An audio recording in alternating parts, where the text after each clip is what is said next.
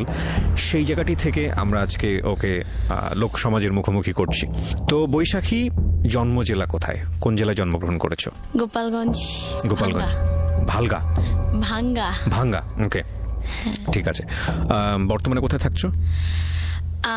এখন থাকি কেরানীগঞ্জ, কেরানী। পুরান ঢাকার ওদিকে। হ্যাঁ, পুরান ঢাকার ওদিকে, ওকে, ঠিক আছে। শুরু করো তুমি একেবারে ছোটবেলা থেকে, যেখান থেকে বলতে চাও। আমি, আমার মা বাবা গ্রামেই থাকতো, আমাদের গোপালগঞ্জ এখানে। তো আমি এরকম ভাবে, আমার বাবা মানে খুব নেশাখোর ছিল, অ্যাডিক্টিভ টাইপের, মানে খুবই। তো আমার আরো 2টা ভাই হয় আগে, আকাশ, বড় ভাই আকাশ, ছোট ভাই তমা। আমি আর কি মেঝো, আমি হই। তো আমার যখন আমি হই নাকি, তখনই নাকি আমার বাবা আর বাবাই নাকি আমার মার উপরে মানে খুব টর্চার করে যে কেন একটা মেয়ে হইলো। একবার নাকি আমাকে মানে ছুঁড়ে ফেলে দিয়েছে বাগানে। আচ্ছা, হ্যাঁ। তো এখান থেকে আমার তোমার বাবা পেশায় কি ছিল? পেশায় সে কিছুই করতো না, মানে জেলের ছিল, কখনো মানে জেলের কাজ করতো, কখনো এটা করতো, কখনো সেটা করতো, আর অল টাইম নেশাই করতো। মানে আজকে খাওয়ার মতো খাবার আছে, কালকে যে কি হবে তার সেটা মানে সে ইয়া করতো না। তো যখন আমার বয়স আস্তে আস্তে বাড়লো, 1.5 মাস হলো, তো আমার আবার আমার মারা হচ্ছে 4 বোন, আমার মা হচ্ছে সবার ছোট, আর আমার খালা হচ্ছে 3 নাম্বার আর কি। তো আমার খালার বিয়ে হয়েছে, তার বেবি কনসিভ হচ্ছিল না, অনেক বছর হয়ে গেছে বিয়ের, তো এইভাবে একটা চাপ ছিল।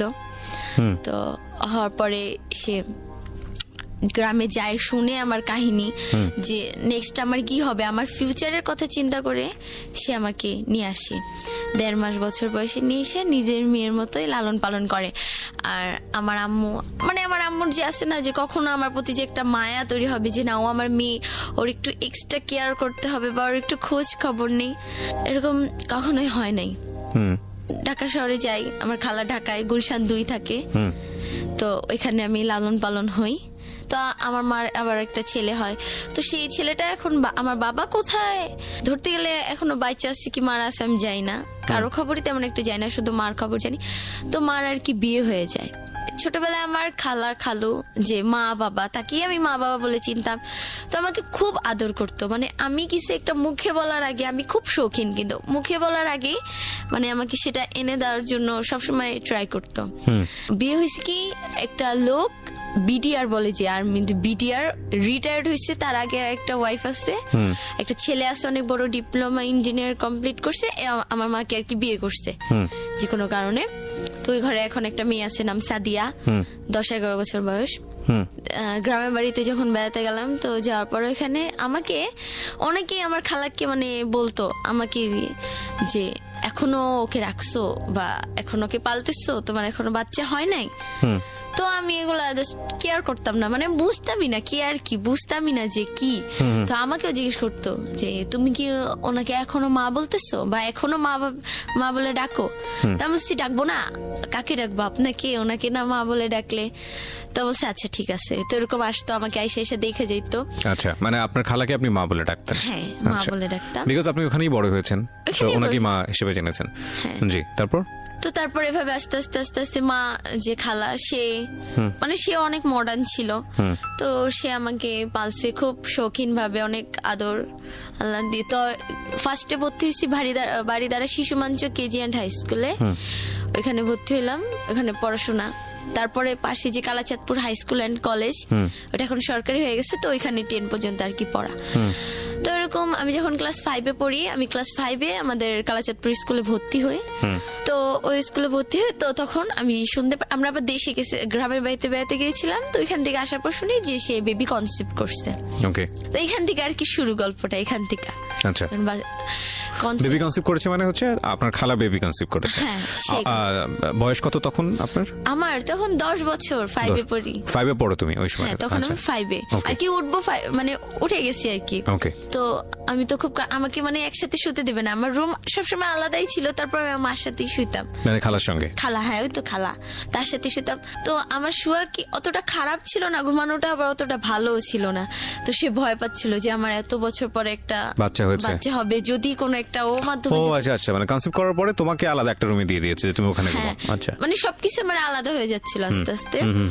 তো এরকম তো আমি খুব কান্নাকাটি, মা আমি তোমাকে ছাড়া শুবো না, মা আমি তোমাকে ছাড়া ঘুমাবো না, কিছুতেই না কিছুতেই না। তো আমিও তো যাবো না, আর সেও আমাকে যাওয়াই ছাড়বে, যে তোকে যাইতেই হবে, তখন তুমি থেকে তুই, তোকে যাইতেই হবে। তা সেরকম তো আমি যাবো না, খুব কান্নাকাটি করতেছি। যে আমার খালু বাবা, সে আমাকে এতটা মারলো, লাইফের ফার্স্ট অনেক মোটা একটা লাঠি দিয়ে মারার পরে আমাকে আলাদা রুমে রাখলো। আমি এমনি পাই ভয় পাওয়ার ফলে কি আমি খুব কান্নাকাটি করলাম সারা রাত। আমি চিল্লাইছি, মা তুমি কেন আমাকে ছেড়ে দিলে বলো, আমি তোমার বুকে শুবো মা, মানে অনেক কথা বলছি। পাশে তখন টিন সেট বাসা ছিল, তো পাশের রুম থেকে আর কি শোনা যায়। তো একটা মহিলা বলতেছে যে সারা রাত মেয়েটা এভাবে ঘুমায় নাই, সে তার মতো সে ঘুমায় গেছে, চিল্লাইছে মেয়েটা আর এভাবে কান্নাকাটি করছে মার কাছে যাওয়ার জন্য। তো যাই হোক, এক পর্যায়ে সকাল হলো, তো এরকম মানে খুব অ্যাভার্ড যে বাচ্চা হ্যান ত্যান। তো যখন বাচ্চাটা আমার মা আসলো আবার মাঝখানে, যে এখন তো সে প্রেগনেন্ট, কাজ টাজ করতে হবে, মানে আপন মা। হ্যাঁ আমার যে আপন মা, নাম সেলিনা। তো সে আসলো, আসার পর কাজ, ওই যে তার মেয়ে হয়েছে ওই ঘরে, মেয়েকে নিয়ে আসলো, আসার পর কাজ টাজ করতো। তো তখন আমাকে আমার মা একদিন ডেকে বলতেছে, জানো আমি তোমার কি হয়? হ্যাঁ তুমি তো আমার খালামণি হও, তুমি আমার ভালো খালামণি, ছোট খালামণি আমার। না আমি তোমার মা হই। মা হও? কেন মা হবো, আমার তো মা আসছে। বলছে না আমি তোমার মা হই। তা বলছি কেন তুমি, মানে আমি মানে তর্ক করতেছি, খুব জিতছিলাম, কেন না তুমি আমার মা হও না, কেন বলতেছি এগুলো, আমি জানি তো হ্যান ত্যান। সে আবার আমার রুমে শুইতো, তো আমি তাকে শুইতে দিতাম না। আসলে কি ওনারা গ্রামের থেকে আসছে আর আমি ঢাকা শহরে থাকি, আমি কেন শুইতে দিব আমার সাথে? হ্যাঁ, আর আমার খালা কি মানে আমার যে মা, আপন মা, সে আবার কি মানে একটু নোংরা টাইপের, মানে গ্রামের তো মানে অত কিছু বুঝতো না, দুই রুমের নেওয়ার জন্য আর কি আমরা ফার্স্টে টিন সেট এটা মোটামুটি ভালো একটা। তো যাই হোক আস্তে আস্তে, হ্যাঁ তুমি আমার সাথে ঘুমানোর জন্য আমার থেকে একটু পটায় চকলেট বা এটা নেওয়ার জন্য, মানে আমার তখন ধারণা এটা ছোট তো, এগুলার জন্য মনে হয় তুমি এরকম আমাকে ভাও দিচ্ছ, এক কথায় ভাও দিচ্ছ। বলছে না আমি তোমার মাই হইতো। আমার নানু এখন নাই, মারা গেছে। আমার নানু বলছে কি, পুরাটা খুলে বললো যে ওর আর কোনো সিচুয়েশন ছিল না, তোমাকে দিয়ে দিচ্ছে, তুমি 1.5 মাস তোমার মার কাছে ছিলা, শুধু 1.5 মাস ছিলা, আজ হয়তো তোমার মার কাছে থাকতে, এরকম তোমার 2টা ভাই আছে। তো আমি না ফার্স্টে কিছুটা বিশ্বাস করছি, কারণ আমার মা, আমার যে খালা, সে তাকে, আমার আবার একটা খালা তো ভাই আমার সাথে ছিল, পারভেজ নাম, তো সে খালা বলে ডাক দিছে। তো আমি ফাজলামি করে ডাক দিছি কি, হ্যাঁ খালা, হ্যাঁ দাও ভাত দাও। সে বলে হ্যাঁ তোমার তো খালাই। হ্যাঁ মা কি বলো, খালা কেন? না ওই কিছু না। তো এরকম তখন একটা আসলো যে সত্যি মনে হয়। আস্তে আস্তে আমার মা আমাকে বলতে লাগলো, মা এটা ছিল, তুই যে পড়াশোনা করে অনেক বড় হয় মানুষ আমার কাছে আসবি। তো এরকম আস্তে আস্তে বাচ্চাটা যখন হইলো, আমার নানু আমাকে বলে কি, তোকে না ওই বিছনায় পর্যন্ত উঠতে দিবে না, জানিস, তোকে এটা করবে ওইটা করবে, তোমার খাবার ছুটাই দিবে, তোমাকে দিয়ে সব কাজ করাবে, এটা করবে সেটা করবে। তো আমার মনে হলো না, আচ্ছা তাই, ঠিক আছে, এরকম কেন হবে, থাক, মাই তো বাবাই তো, এরকম কেন করবে। আমার খালু আবার খুব ফর্সা, আমার খালা আবার একটু ডিপ শ্যামলা, তো মেয়েটা হয়েছে একদম কুচকুচে কালো। তো যাই হোক, সবার আদরের মনি সবার। আর আমার খালাকে মিষ্টি খুব মিষ্টি আনলো, পছন্দ করতো, মিষ্টি আনলো। তো আমি সবাইকে বিলাইতে গেলাম যেভাবে, যে দেখো আমার অ্যাম্বুলেন্স থেকে যখন নামলো, আমি ধরতে নিলাম, এই ব্যথা পাবে, ছাড়ো ছাড়ো ছাড়ো, হ্যান ত্যান, বিছানায় বসে যে আমি একটু আদর করব। আমার নানু, এই সরো সরো সরো। আমার খালা যখন মানে হয়েছে মেয়েটা, তখন নাকি আর কি বুকে দুধ পাচ্ছিল না, তো রুম থেকে বের করে দিত, খুব খারাপ ব্যবহার করতো, স্যাং স্যাং বলে যাকে, বের হতো। আমি বাহিরে একটাই যেতাম, বসে কানতাম কি, আমি হয়তো আমার মাকে হারায় ফেললাম। তো মানে আমাকে যেই দেখে সেই বলে, তোমার কিছু একটা হবে, জানো, তোমার কিছু একটা পরিবর্তন হবে। তা আমি আবার হোগা, আমি জানি না হোগা কি, তাপটা দেখি, তো এরকম হয়ে যাক, যা হবে হবে। তো এরকম ছোট ছিলাম। তো যাই হোক, পড়াশোনা আস্তে আস্তে আস্তে আস্তে আদরটা আস্তে আস্তে উঠলো। আমার খালা খুব আদর করে তাকে, আর আমাকে কিছু হইলেই খুব বকাঝকা করে, আস্তে আস্তে যে ইগনোর অ্যাভয়েড বলে সেটা উঠে আসে। তো খালুর আবার কি বলতেছে যে গুলশানে এমনি যখন বেবিটা হইলো মানে উড়াধুরা খরচ করছে সে, মনে হয় 2-3 মন খালি, মানে এলাকার সবাই মানে মিষ্টি পাইছে এরকম। বিয়ের কত বছর পরে এরকম আপনার বাচ্চাটা হয়েছে ওনার 20 বছর পরে। ও ওকে, আচ্ছা, তো সেই জন্যই বেশি খুশি ছিল আর কি। হ্যাঁ বেশি, মানে অনেক খুশি, শুধু খুশি না, অনেক খুশি ছিল। তো আস্তে আস্তে আমি স্কুলে যাই। আমার তখন আমি ক্লাস 5-এ পড়ি। তখন আমার একটা ফ্রেন্ড ছিল স্বর্ণা, শিপা আর মিম এখনো আসছে। ওরা বলতেছে হে তোর বোন হয়েছে, হ্যান ত্যান, সব শেষ। এই যে মনে কর তোর আদর গুলো, কেন আদর যাবে, আমার বোনকে কত আদর করবো আমি। বলছি তুই তো জানিস সব। হ্যাঁ জানি সব। তো বলে কি এক কাজ কর, তোর তো খুব কষ্ট। আমি বলছি কই, তখন আবার কষ্টের ইয়াগুলো চলে আসতেছে যে একটু টর্চারের শিকার হচ্ছি। তো বলছে তোর তো খুব কষ্ট, তুই এক কাজ কর, তুই না সিগারেট খা। আস্তে আস্তে আমাকে ড্রাগে নিয়ে যায়, তুই না সিগারেট খা, স্মোকটা একটু ট্রাই কর। আমি বলছি না রে। তো ও যখন খাইছে, ও আবার স্বর্ণা মেয়েটা যে, তো আবার রিলেশন করতো, ভাইগাও গেছে অবশ্য, মানে পালাই চলে। তো ও আবার রিলেশন করতো, মানে বেশ একটা ভালো ছিল না, মানে ফিজিক্যাল করতো হ্যান ত্যান। তো ও যখন খায় খুব কাশে, দোস্ত তোর কি খুব প্রবলেম হয়? হ্যাঁ খুব কাশি হয়। না রে আমি না খাবো না। আরো যখন খাই তো ওর সাথে স্মেলটা থাকতো, না রে মা বুঝে যাবে বা খালা বুঝে যাবে, খবর আছে, না খাবো না, আচ্ছা খাইলাম না। তো যাই হোক এরকম বলতো যে তোকে তো এমন করে, তুই তাহলে কি করবি? আমি কি করবো, এখানেই থাকবো, একদিন তো আদর করবে। তো আমার বাবাটা আবার আদর করতো তখন মানে খালু, সেই শুধু আমাকে একটু আদর করতো, আর কেউ না। এরকম আদরটা তো আস্তে আস্তে বড় হই। তো এখানে আবার কি যে এখানে যে একটু অনেক টাকা খরচ হয়ে যায়। তো খালু বলে কি ভাসানটেক মিরপুর 14, ভাসানটেক দেওয়ানপাড়ার ওখানে আমরা শিফট হই। ওইখানে আমি আবার ভাসানটেক হাই স্কুলে ভর্তি হই, উচ্চ বিদ্যালয় যেখানে ভর্তি হই। ওইখানে পড়াশোনা করতে আমি, আমার আবার খালার আবার একটা ফ্রেন্ড ছিল, ছেলেটা হিন্দু বাট নাপিত। আমরা যে ওই যে টিনসের পাশেটা থাকতাম, তার সামনে সেলুনের দোকান ছিল। তো তাকে নিয়ে আমার খালু খুব জেলাস ফিল করতো, মানে সেই ছেলেটা কি আমার খালাকে খুব লাভ করতো। আর আমি অনেকের মুখে থেকেই শুনছি যে বেবিটাই নাকি তা, এটা আমি বিলিভ করি নাই কখনো। যাই হোক এটা তাদের ব্যাপার। তো ছেলেটার সাথে আমার খালা মানে সবকিছু শেষ করে দিতে চাই যে তোর জন্য আমার সংসার আগুন লাগবে। আমাদের ওই বাসায় তো আসতোই, আগে আসা যাচ্ছিল। তো ওই ভাসানটাকে একদিন আসছে, তো আমার খালা আমাকে ফোন দেয়া ধরাই দেয়, যেন আমি ঠিকানাটা বলি আমার মাধ্যমে আসে, জানি আর কোনো প্রবলেম না হয়। তো ধরা দেয়, হ্যাঁ মামুনি, আমাকে জান্নাতমণি, হ্যাঁ জানুমণি তুমি কোথায় থাকো তোমরা এখন, আমাকে ছেড়ে চলে আসলা? হায় হায়, না আমরা তো যে দেওয়ানপাড়া আছি, হ্যান ত্যান, এই যে মরিয়ম পাড়া নাকি এখানে একটা প্রভাবশালী মহিলা, এই তার এলাকা। তো বলছে ঠিক আছে আমি আসবো তোমার সাথে দেখা করতে। তো ওরকম আসতো। তো তাকে নিয়ে পাশের একটা মহিলা একটু প্যাচ লাগাই দেয় আমার খালু। তো ওইখান থেকে আমরা চলে আসি। প্যাচ লাগাই দেয় বলতে ওইখানে আবার কিছু ছেলে পেলে, মানে আমার খালার উপরে কেন যাই না রাগ ওই মহিলা দুইটা। তো আমার ওখানেও কটা ছেলে লাগাই দেয়, যাদের আমি স্কুলে যেতে পারি না, ছেলেগুলো আইসা খুব ডিস্টার্ব করে, ইপটিজিং এ অনেক খারাপ একটা অবস্থায় চলে যায়, যে ছেলেগুলা যে অফার করতে থাকে আমাকে রিলেশন করবো হ্যান ত্যান।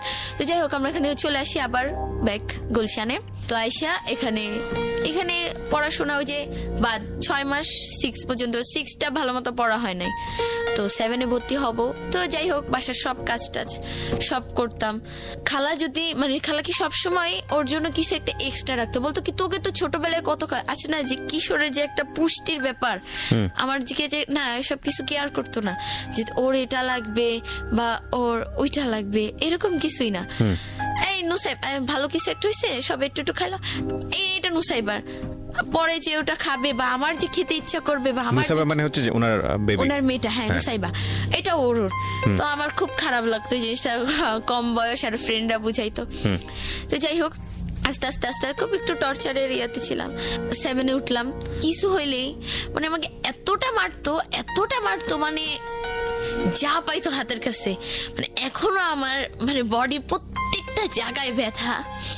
পানি ঢালতে গেছি, পানিটা হাত থেকে একটু পড়ছে, সেজন্যই একটা থাপ্পড় খাওয়া লাগবে, একদম মাস্ট খাওয়া লাগবে। মানে কথায় গায়ে হাত তোলা, হ্যাঁ কথায় গায়ে হাত তুলতো। আর একটু ভাইবাও নিত না যে বড় হয়েছে একটা মেয়ে মানুষ, না এরকম না। 7-এ উঠি এরকম কষ্ট। তো 7-এ উঠি লাস্ট দিক দিয়ে একদম। তো আমরা ওই বাসাটা ছাড়ি। এখন আমরা একটু টাকার সমস্যায় পড়ে গেছি, কারণ আমার খরচ আমাকে তো একদম বিয়ে দিয়ে দিবে। তা আমার খরচ, আমার খালুর আবার কথা কি না থাক পড়তে থাক, এসএসসির পরে তো জানি হিসাব করা যে 16 বছর হবে, এইচএসসির পরে 18 বছর হলে ওকে একটা সরকারি জব দিয়ে দিব, ওর নিজের লাইফ নিজে করবে। ওকে। তো ওই তো আবেগের বয়স, ফ্রেন্ডরা ছিল, এটা বলে ওটা বলে কদিন পর পর যে তুই একটা রিলেশনে যা, তুই তো এরকম সেরকম, তোর উপরে ক্রাশ খাইছে। আমি কেয়ার করি নাই। 7-এ আমরা 7 তলা একদম ছাদের উপরে বাসা নেই, আর আমাদের 5 তলা একটা ছেলে থাকে, ওই ফার্স্ট লাভ। জি। ছেলেটার নাম নাইমুল হাসান সিজান, সিজান আর কি, সবাইকে সিজান বলে ডাকতো। আচ্ছা। আমরা যেদিন বাসায় উঠি ওই দিন ছাদের উপরে ছিল, আমরা সবকিছু আমাদের মালামাল সেট করি। তো সেই দিন ওকে দেখে কেন জানি আমার মানে মনে হলো কি যে মানে কত আগের যেন চেনা, কত কিছু জানি, যে খুব অনেক অনেক মানে আস্তে আস্তে এত ডেভেলপার। ও 5 তলায়, আমি 7 তলায়। তো সিজান, ওর একটা বোন আছে নাম সিনিন্না, ওর বাবা পুলিশে চাকরি করে আচ্ছা। চিটাগাং, ওর মা, ওর বোন আর ও থাকে এখানে, ওর বাবা ওইখানে কোয়ার্টারে থাকে।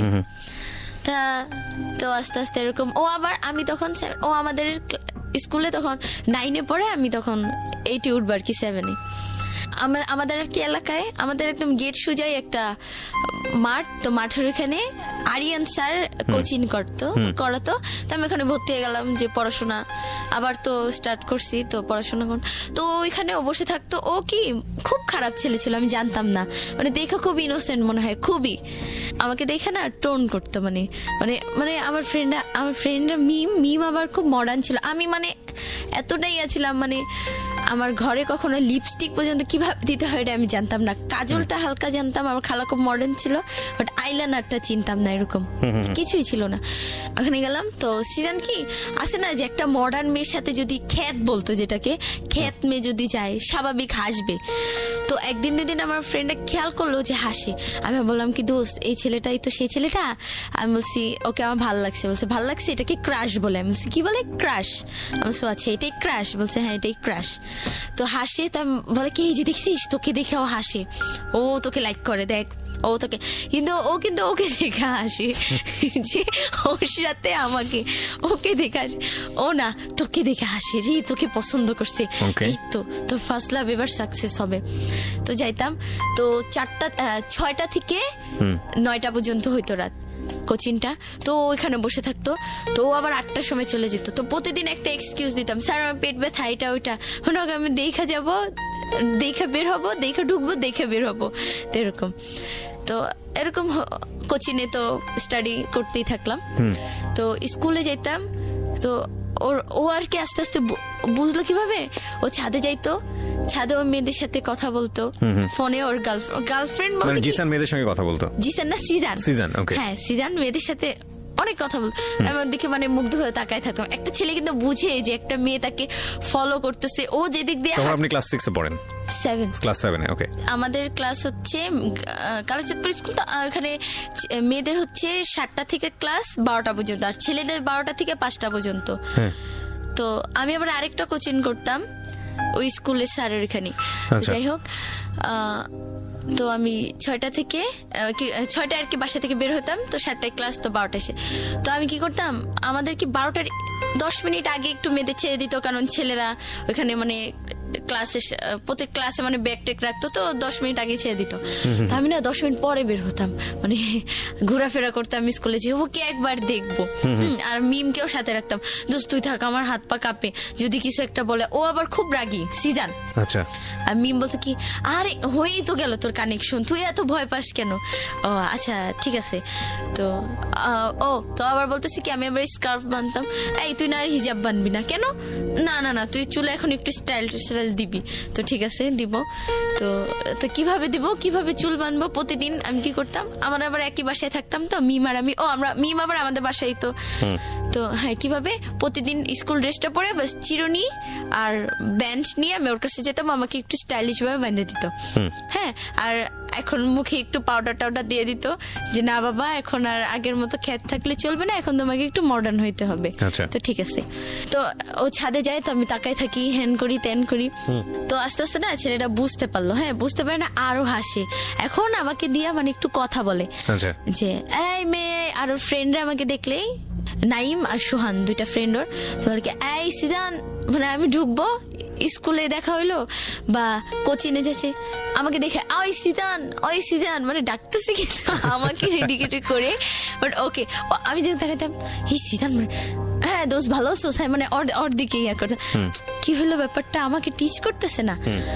তো এরকম আমি 8-এ উঠলাম, 7 থেকে 8-এ উঠলাম। তো ওঠার পরে 10-এ না 9-এ উঠলে তো খেয়াল নাই। তো ওই যে 1 বছর তো শেষ করে দিলাম প্রেমে বলতেই পারলাম না কখনো।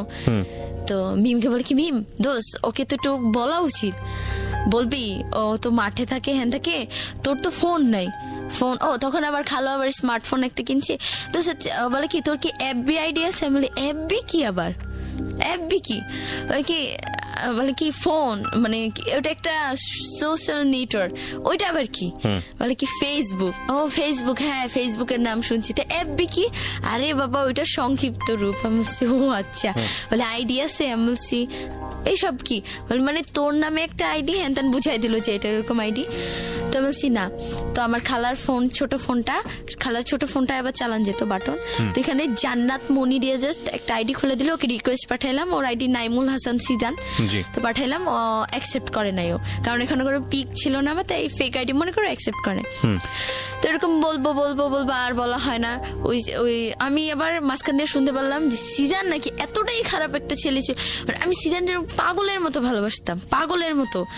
মানে ও আমার আবার একটা কোচিং হলো 4টা থেকে 6টা পর্যন্ত। ও কখন নামবে আমি ওরকম দাঁড়ায় থাকতাম সিঁড়িতে, একাধারে দাঁড়ায় থাকতাম। ওর সাথে দেখা করব, ওর সাথে একটু কথা বলবো, শুধু একটু কথা বলবো ওর সাথে, ব্যাস এরকম। তো একদিন ও আমাকে মাঠে সবার সামনে মানে, আর ও সিজান ছেলেটা কি খুব গালাগালি করতো, মানে খুব আমার মাকে নিয়ে বাবাকে নিয়ে মানে খুব বিশ্রী ভাষায় গালাগালি করতো। তুমি জানলে কিভাবে তোমাকে গালাগালি করতো তোমার মা? আমি পাশ দিয়ে দাঁড়ায় আছি, ও পাশ দিয়ে যাবে আর গালাগালি করতে করতে মনে হয় কি আমার কানে শুনাই যাবে আমাকে বলতে আবার যাচ্ছি। কেমন লাগে ওরে, ও কোনোদিন ওদের বাসায় কি আয়না নাই? ওকে কোনোদিন আয়না দেখে নাই। তো তোমাকে গালিগালাজ করছে কেন? মানে তোমাকেও পছন্দ করে না? পছন্দ করে না, বাট তুমি ওকে পছন্দ করতে খুবই। আচ্ছা আচ্ছা। ও প্রিয় শ্রোতা, ও খুব অল্প বয়সী, ওর মতো করে গল্প বলছে, আপনারা বুঝতেই পারছেন। ঠিক আছে, হ্যাঁ বলো তারপর।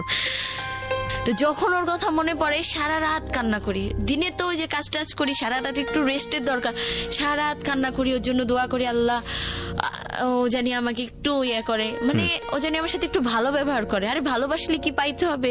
আরে তো এর মাঝখানে আবার শুনতেছি FM, খালার ফোন রাত্রে চার্জে দেয়, ওই চুপি নিয়ে জীবন গল্প, ভালোবাসার বাংলাদেশ, বি পজিটিভ, হ্যান ত্যান শুনতেছি।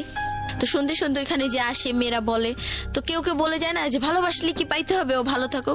তো এই যে FM এর ভূত ঢুকছে, এই ভালোবাসলে কি পাইতে হবে, ওই ডায়লগ গুলো মনে আসছে। কোন ক্লাসে তখন তুমি? ক্লাস 10-এ? না আমি ক্লাস 8-এ। তখন ক্লাস 8-এ? হ্যাঁ। তো এরকম খুব গালাগালি করতো, মানে আর ও কি বলে নেশা করতো, ওই ছেলেটাও নেশা করতো। ওর সঙ্গে কি তখন তোমার কথা হতো? ফোনে কথা হতো? আর কোনোদিন আমার দিকে মানে ভালো মতো কথা বলে নাই 2 মিনিট। তো জানতো যে তুমি ওকে পছন্দ করো, সে কারণে তোমাকে গালিগালাজ করতো? হ্যাঁ, ওকে, খুব ভালোবাসতো আমাকে। আর আমার ফ্রেন্ডরা, মিম বাদে আমার ফ্রেন্ডরা মানে আমার আবার একটা বেস্ট ফ্রেন্ড হয় নাম রোজ। তো যাই হোক, ওরা আমাকে এই তোকে এটা করতে হবে না, রে এখন পারবো না, ভালো লাগতেছে, এই সিজানের কসম, আচ্ছা ঠিক আছে কি করতে হবে বল, আমি করতেছি। হ্যাঁ, কারো টাকা লাগবে বা কারো একটা হেল্প, আমি আবার কি একটু গুন্ডা টাইপের, মানে সিজানের কাছে আমি নরম, মানে আর বাসায় আর আমাকে কোনো ছেলে যদি টিচ করতাম রাস্তার মধ্যেই মাইরা বসতাম, হ্যান ত্যান, তো আমাকে নিয়ে যেতে ওরা সেফটির জন্য। না রে দোষ আজকে যাবো না, সিজানের কসম, আচ্ছা ঠিক আছে বল কোথায় যাইতে হয়, আমি যাচ্ছি, সব জায়গায় যাবো, যাচ্ছি। তো এই বলে আমাকে সিগারেটও খাওয়াইছে। আমার একটা ফ্রেন্ড, ওই যে ওই মেয়েটার নাম ছিল কি শিউলি টাইপের, তো ওই মেয়েটা, সিজানের কসম তুমি একবার একটা টান দাও, ঠিক আছে আর কিছু খাইতে হবে, দাও না খাচ্ছি। সিজান আবার স্মোক করতো, তো ওই দোকানে একটা ছেলে, মানে যে দোকানে গিয়েও সিগারেট খাইতো, আমার যে বেস্ট ফ্রেন্ড শান্তা আর কি রোজ, ও নিজের নাম এফবিতে নাম দিছে রোজ, তাই ওকে সবাই রোজ নামেই চিনে। মেয়েটা অবশ্য অনেক ভালো, তো আমার সাথে ওর বেস্ট ফ্রেন্ড হয়ে মানে খুব ক্লোজ হয়ে যায় আমরা একে অপর। তো ওকে আমি বলি, তো রোজ তখন আমার ওই আইডিটা ডিঅ্যাক্টিভেট করে দিই, আইডি যার জন্য খুলছি সেই অ্যাকসেপ্ট করে না, ডিলিট করে দেয়। তো ওই আইডি আমি কি করবো, ডিঅ্যাক্টিভেট করে দিচ্ছি। তো রোজ খুলা বলতেছে, জানো আমার ফ্রেন্ড আছে জান্নাত, তোমাকে অনেক ভালোবাসে সিজান, জানো তোমার কথা, ওর কথা ক্লাসে সবাই বলতেছে, তার বয়ফ্রেন্ডের কথা, খারাপ তো লাগে যে আমার বয়ফ্রেন্ড আজকে আমাকে এইটা দিচ্ছে, বা ডোন্ট মাইন্ড আমাকে আজকে কিস করছে বা হার্ট করছে, ওর সাথে হাতে হাত ধরে আমি আজকে ঘুরতে গেছি এই জায়গায়, এটা ওইটা। তো আমাকে জিজ্ঞেস করে, কিরে বৈশাখী, আমাকে আবার বৈশাখী বলতো কেন, আমার পহেলা বৈশাখীর দিন জন্ম।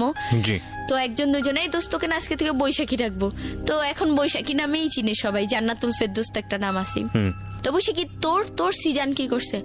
তো আমি ক্লাসের মধ্যেই মানে এত জোরে জোরে চিল্লায় কান্না করতাম, মানে সবাই বলতো ওই ছেলেটা কি এগুলা বুঝতে পারে না, সিজান সিজান বলা কান্না করতাম, সিজান সিজান বলা, মানে এতটাই পাগল হয়ে গেছিলাম। তো রোজ বলতো এরকম এরকম বলতো তোমাকে অনেক ভালোবাসে। বলছে কি যে দেখো আমি ভালো না, আমি ওকে বলো ও যদি আমার সাথে ফিজিক্যাল কিছু একটা করে তাহলে আমি ওকে মাইনা নেবো। বলছে ও তো এরকম মেয়ে না, আর তুমি ওকে জিজ্ঞেস করে দেখো, ও ফিজিক্যালের মানেই বুঝে না, তোমাকে জিজ্ঞেস করে দেখো। সিজন বলেছে এটা, হ্যাঁ, আর আমার রোজ friend-এর হচ্ছে কাছে। হলো তোমার হয়ে সিজনকে এই ধরনের কথা বলেছে। না মানে বলছে যে যে মানে আমার সাপোর্ট নিয়ে বলছে যে তোমাকে লাভ করে। Okay, হ্যাঁ বুঝতে পারছি, মানে কি বলে হচ্ছে মিডল ম্যানের ভূমিকায় আছে আর কি। হ্যাঁ, তো তারপর আর ওকে দেখলে অটোমেটিক আমার মানে একটা ছেলেকে মারবো বা একটা ইয়াতে আসছি যেমন ফ্রেন্ডকে, ওকে দেখলে তো আজকে না হবে না, বাদ দে সবকিছু শেষ আজকে, এই সিজানের কসম, ঠিক আছে ওকে ওভারটেক করি তারপর আমি যাচ্ছি, ও আমার সামনে থেকে যাক, তারপর মাইরা দে মনে ভাই ঠিক আছে ঠিক আছে। তো এরকম আস্তে আস্তে আস্তে আস্তে ছেলেটা, তো আমি 9-এ উঠি। এইটি আবার রেজাল্ট কি ওই পড়াশোনা মানে পড়াশোনা একদম গোল্লায় যায় আমার, পাই 3.50 জিএসসি তে। আমার খালু তো খোটা, তোকে তোকে এত ইয়া করলাম হ্যান ত্যান, এই প্লাস পাইছে, এই গোল্ডেন এ প্লাস পাইছে, এই 4 পয়েন্টের পাইছে, তুই এত কম কেন পাইলি? আরো মার এই সে, আর সে তো সে হলো কি একজন যে বলবে যে আমি পড়তে পারতেছি না, এটা হয়তো আমার ব্যর্থতা, কিন্তু না তোকে একদম সমাজ কি বললো সেটা, যে এই আপনার মেয়েটা কেন করলো, আরে আমার মেয়ে তো এটা করছে, কেন কেন আপনার মেয়ে কেন ভালো ইয়া পাইলো না, তো এটা নিয়ে আমাকে মারতো। তো যাই হোক 9-এ উঠলাম, তো আমি এসব কেয়ার করি না, পেয়ার কিয়া তো ডার না কিয়া, ভালোবাসতাম। সিজান করলাম, তো সিজান আমাকে, আমি আবার পরে এই যে এফএম শুনতাম, যে আপনাদের ইয়াটা তো শুনতামই, তো শুনতে শুনতে এখন আমার খালা কি বুঝে গেছে যে আমি রাত্রে ফোন ইউজ করতেছি, ফোন আমি কথা বলি না বাট এফএম শুনি। তো এরকম আর ফোন দেয় না, এমন জায়গায় লুকায় রাখে ফোন, আমি মানে ওই যে বালিশের নিচ টিচ চেক করে, তার বডি চেক করে আমি ফোন পাইতাম না, আল্লাহ জানে ফোন করে রাখতো। তো ফ্রেন্ড আমার আবার শান্তা কি ওর আবার একটু ফ্রিডম বেশি ছিল, ওর বোন আবার একটু মডেল টাইপের, তো ফোন ইউজ করতে স্মার্টফোন। ও আবার অ্যাপবিতে একটা ভাই বানায়, নাম নাইম ছেলেটার। তো তখন নাইম নামে ও নাকি ফেসবুকে ভাই বানাইছে, হ্যাঁ ছেলেটাকে, নাইম রংপুর থাকে। তো নাইম ছেলেটা, হে আমার একটা ভাইয়া হয়েছে জানিস, তোকে তো সিজান এত অ্যাভয়েড করে, 2 বছর এমনিই চলে গেছে, এত অ্যাভয়েড করে, তুই একটু ভাইবা দেখ, তুই দেখ ভাইয়াটা খুব সুন্দর, ভাইয়ার গার্লফ্রেন্ড নাই, ছিল ব্রেকআপ হয়ে গেছে, নাম ঐশী, ওর নামও ছিল জান্নাতুল ফেরদৌস, কিন্তু ঐশী আর আমার বৈশাখী। তোমাকে লেখাপড়া করতে না, খালি সারাদিন এগুলো নিয়ে কথাবার্তা বলতে। তো নাইম ছেলেটার সাথে আমার রিলেশনটা করাই দেয় বলতে কি, তুই দেখ তোর সিরিয়াস হওয়া লাগবে না, ভাইয়াটা সিরিয়াস হবে, তোর তো এত সমস্যা, ভাইয়াটা তোর খরচ দিবে, লাগলে তোকে ভাগাই নিয়ে বিয়েও করবে বাবা, তারপরও তুই দেখ কি হয়। তো এরকম আস্তে আস্তে 9-এ তখন আস্তে আস্তে ছেলেটা 1 মাস হয়, জানুয়ারি চলে যায়, তো আমি সিরিয়াস না, ছেলেটা সিরিয়াস হয়ে যায়। তো দেখ আমি মাঝখানে ব্রেকআপ করে দিই, ধুর আমি সিজানকে ছাড়া কাউরে না রে, এইসব ছেলে চলবে না। বলছি খুব ভালো, তো ধর তুই বাদ দে, তুই সিজানেরই পটা দেখ। আমি কি নাইমের কাছে যাবো, আমি পানি খাইতে গেল, ওই পানির গ্লাসেও আমি সিজানকে দেখি, হ্যাঁ আরো 2 বছরের একটা মায়া পড়ে গেছে, আমাকে ছাড়তে পারবো না, তুই পারলে যা ছাড়গা, বা তুই নাইমকে ধরগা, আমার ভাই লাগে চুপ, দুজনের তো এরকম ঝগড়া। শান্তার বাড়িও হচ্ছে আমাদের গোপালগঞ্জ ওদিকেই। তো যাই হোক দেশীয় আরো ফ্রেন্ডশিপ। তো এখন ফোন দিচ্ছে না, এখন নাইমও বলতেছে না, আচ্ছা বল কি, আচ্ছা ঠিক আছে তোর এফবি চ্যানেল লাগবে না, বল তুই স্মার্ট হবি না। তো শান্তা আবার আমার বলে কি, ওর বোন আবার বাইরে, মানে ওদের ফ্যামিলি অবস্থা অনেক ভালো, অনেক মা বোন সবাই বড় লোক খুবই। তো ফাউন্ডেশন বের করে, এটা দোস্ত এটার নাম কি, ফাউন্ডেশন, আচ্ছা এটার নাম কি, আইলাইনার, ও আচ্ছা লিপস্টিক, আমি লিপস্টিক বলতাম না, লিপস্টিক বলতাম, তো লাইক তো বুঝলাম না এটা লিপস্টিক হবে, এটা ব্লাশন, এটা শেড, এগুলো দিয়ে কি করে, এগুলো দিয়ে এরকম সাজে, তুই সাজে যাবি সিজানের সামনে, দেখবি ও তোকে, ও ডিসিশন চেঞ্জ করে ফেলবে, 2 বছরে যেটা না হয়েছে এই বছরে সেটা হবে, একদিন একটু সাজিয়ে দে না, সাজায় দিল, মানে মাশাল্লাহ, মানে সেদিন আমাকে এত সুন্দর লাগতেছে, মানে ওই যে কখনো সাজি নাই। আয়নার সামনে গিয়ে বলি, আয়নার সামনে গিয়ে আমি বলতেছি কি, হ্যাঁ জান্নাত, হ্যাঁ এখন তুমি পারফেক্ট সিজনের জন্য, এখন তুমি পারফেক্ট। হ্যাঁ, আর সিজান সাজে আবার বলতেছি, হে জান্নাত তুমি তো জলপুরি ছিল, আমি তো বুঝতে পারি নাই তুমি এত সুন্দর। হ্যাঁ তো ঠিক আছে, আমি সব বর্ণামি বাদ যাও, আজকে থেকে শুধু জান্নাতি। হ্যাঁ, পিছন ফিরে বলে কি দোস্ত যদি এটা না হয়, বলছে এটা না হলে নাই, তুই আর আসবি না বা ওকে তুই ভুলে যাবি। আমি না পারবো না রে। কয় এরপরে ঠিক আছে, যদি সিজান তোকে পছন্দ না করে, তুই যদি ওর নাম নেস তা আমি তোকে গুলি করব বা ওকে গুলি করবো। আমি বলছি দোস্ত দাঁড়াও, গুলিটা তুমি আমাকে মারবা। বলে কি ওকে গুলি মারবা আর তোকে জুতা দিয়ে পিটাবো। আর ক্লাসে আর এখন থেকে তো এরকম এত স্মার্ট হয়ে গেছি, মানে চুল আমার খুব বড় আর খুব কোকড়া ছিল, তো আস্তে আস্তে চুলের যত্ন নিচ্ছি। হ্যাঁ, মানে এটা করছি, ফেসিয়াল করব, এটা করব, এই দুধ দিয়ে, দুধের সর দিয়ে, লেবুর রস দিয়ে, আটা চিনি এটা দিয়ে মুখে মাখি। আমার কালার তো কি রে, ওর কি হলো? হ্যাঁ, চুলের কালার কিনে আনছি, চুলের কালার করছি, চুলে সেই একটা হাইফাই অবস্থা। তো আস্তে আস্তে সিজান একটু ভাবলো কি রে ওর কি হলো, বাতাস টাতাস লাগছে নাকি সবাই। তো ক্লাসে যাই ওরকম কান্না করি, সিজান সিজান, আর দেখি কি আমি মাথা নিচু করে সিজান সিজান করে কান্না করতেছি, উঠে দেখি কি সবার হাতে জুতা, নাহলে সবার হাতে স্কেল। তোকে আজকে মেরেই ফেলবো, তুই কেন সিজানের নাম বলিস, ওকে তোকে ভুলতেই হবে। ভুলতে তো পারতেছি না, দূর মিয়া তোরা ভুল গা যা। তো ক্লাস 9-এ 13ই ফেব্রুয়ারিতে আমি ফোন কিনি। ফোন কিনি কি, ওইখানে আবার তো কমিশনার জাকির হোসেন বাবুল, সে আমাকে ভাগ্নি বানায়, তাই জান্নাত তুই আজকে থেকে আমার ভাগ্নি। আর মাধুর্যন আমার একটা ফ্রেন্ড ছিল, তো মাধুর্য, শান্তা, ওই যে রোজ, আর আমি বসে কি এই 3 জন ক্লোজ ফ্রেন্ড হয়ে গেলাম। যেখানে যাই 3 জন, ওয়াশরুমে গেলেও 3 জন, সব জায়গায় 3 জন। ক্লাসে একজন বই না আনলেও 3 জন যারাই যেতাম, আর 2 জনের বই হয়তো অন্য কাউকে দিয়ে দিতাম বা লুকানো থাকতো, এরকম এত ক্লোজ ছিলাম। তা আমিও টাকা নিলাম, মামা ফোন কিনবো, 8-9 হাজার টাকা নিলাম, সুন্দর একটা স্যামসাং ফোন কিনলাম। যা আজকে থেকে আমার একটা এফবিআইডি হবে পার্সোনাল, আমিও এফএম শুনবো, হ্যাঁ মন দিয়ে শুনবো। তো যাই হোক, ফোন এফবিআইডি খুললাম। ওই যে বললাম না যে মাঝখানে আগে বলছিলাম যে সিজান যে দোকান থেকে সিগারেট খাইতো, সেই যে দোকান থেকে ও সিগারেট খাইতো, তো ওইখানে একটা ছেলেকে আমি থ্রেট দিলাম, মানে খুব মারলাম, রাস্তাতে দোকান থেকে বের করে না, তুই কেন ওর কাছে সিগারেট বেচিস। আরে আপু আজব তো, আমি হলাম দোকানদার মানুষ, আমি বেচবো বা এই করবো, আমার থেকে কিনতে আসে কেন কেন। তো যাই হোক, আস্তে আস্তে ও তো 1 দিন 2 দিন নিয়ে গেলাম। তো যেদিন মারলাম সেই দিনই নাকি কত বেহায়া ও আমার বান্ধবী শান্তার উপরে ক্রাশ খায়, ওকে মারি আর ওর দিকে তাকাই থাকি, ওকে মারি আর তাকাই। তো যাই হোক, ক্রাশ খেলো তো শান্তা, আর আমি কি করলাম, ওই সিজান আসতো, সিগারেট নিয়ে যেত, তারপর আমরা ঢুকতাম, এই কয়টা নিচ্ছি। তো ওই শান্তার উপরে যখন ক্রাশ খেলো, ক্রাশ বলে আর কি, যাকে লাভ করে নাকি ফেললো, ওই ছেলেটার নাম ছিল রাকিব। শান্তার উপরে ক্রাশ খাওয়ার পরে তো আমাকে পটাইতে হবে, শান্তা পর্যন্ত যাওয়ার আগে আগে বৈশাখীর কাছে আসতে হবে। হ্যাঁ আপনি না আজকে থেকে আমার বড় বোন, মারছেন বড় বোন তো শাসন করবেই ভুল হইলে, ঠিক আছে আপু আপনি আজকে থেকে আমার বড় বোন, আমি সিজান ভাইয়াকে একটু ম্যানেজ করে দেবো, জানি আপনার লাইনটা মানে হয়ে যায়, সেটেল হয়ে যায়। তো ঠিক আছে, তোমার ছেলেটা তার 13ই ফেব্রুয়ারি, হ্যাঁ না ওইটা হয়েছিল 8 না 9 ফেব্রুয়ারি। তো 13ই ফেব্রুয়ারি ফোনটা কিনে নিয়ে আসতেছি, তো ওই ছেলেটা আমাকে একটা শপিং গিফট দিল। আপু এটা না আপনার গিফট। কি এটা কি আছে দেখি, অনেক সুন্দর একটা ড্রেস, গ্রাউন্ড টাইপের যে শর্ট গ্রাউন্ড গুলা, ওইটা একটা গিফট করলো আমাকে। তারপরে দিল, তো আপনি এটা কালকে 14ই ফেব্রুয়ারি এটা পরে আপনি ঘুরবেন। ওকে ঘুরবো, প্রবলেম নাই, আপনি যা বলেন তাই।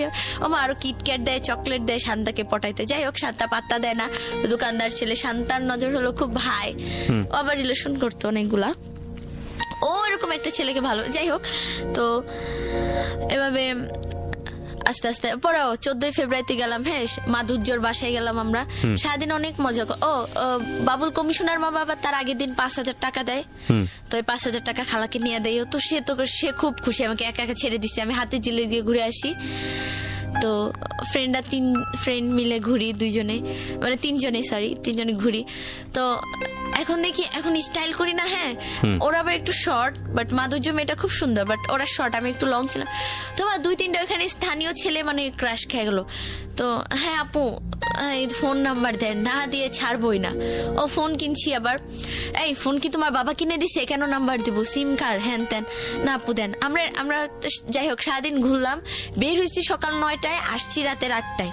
খালা তো কিচ্ছু বলবে না, টাকা দিছি, আগের দিন টাকা দিচ্ছি না, কিছু বলে নাই, খালি একটু বলছে তোর যদি কিছু হয়ে যেত বল। আর ফোনটাও তো লুকালুকি মানে লুকিচুপি চালাই, যে কেউ জানে না। ফোনটা অনেক কষ্ট করে চার্জ দিতাম, তার ঘুমাই থাকতো সারা রাত, হাঁটাহাঁটি 2 ঘন্টা চার্জ দেওয়ার পরে আর কি খুলে টিপে ফোন ইউজ করে আবার চার্জ দিয়ে সকালে উঠে খুলে ঘুমাইতাম।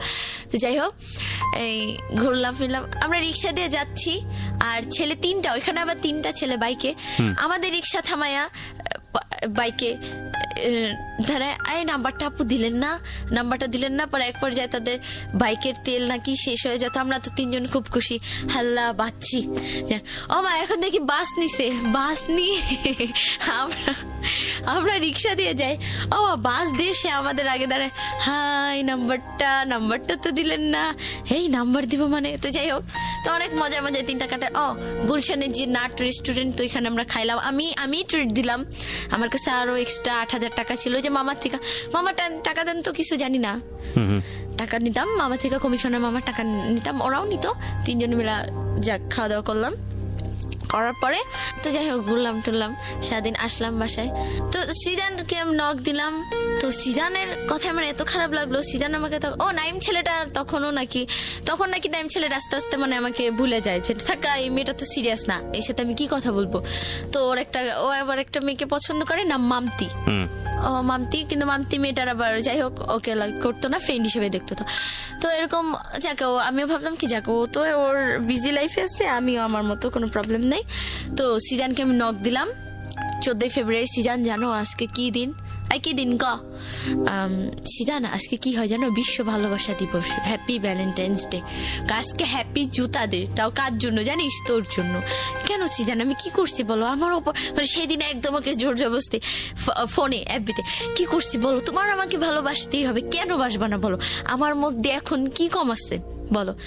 কি কম আছে? বা আমাকে খারাপ অফার দিল, এটা করতে আমি ভাইবা দেখবো না, বাবা আমি এটা করবো না। তখন আবার এটা একটু বুঝি, ফ্রেন্ডদের সাথে চলে না, এটা হবে না।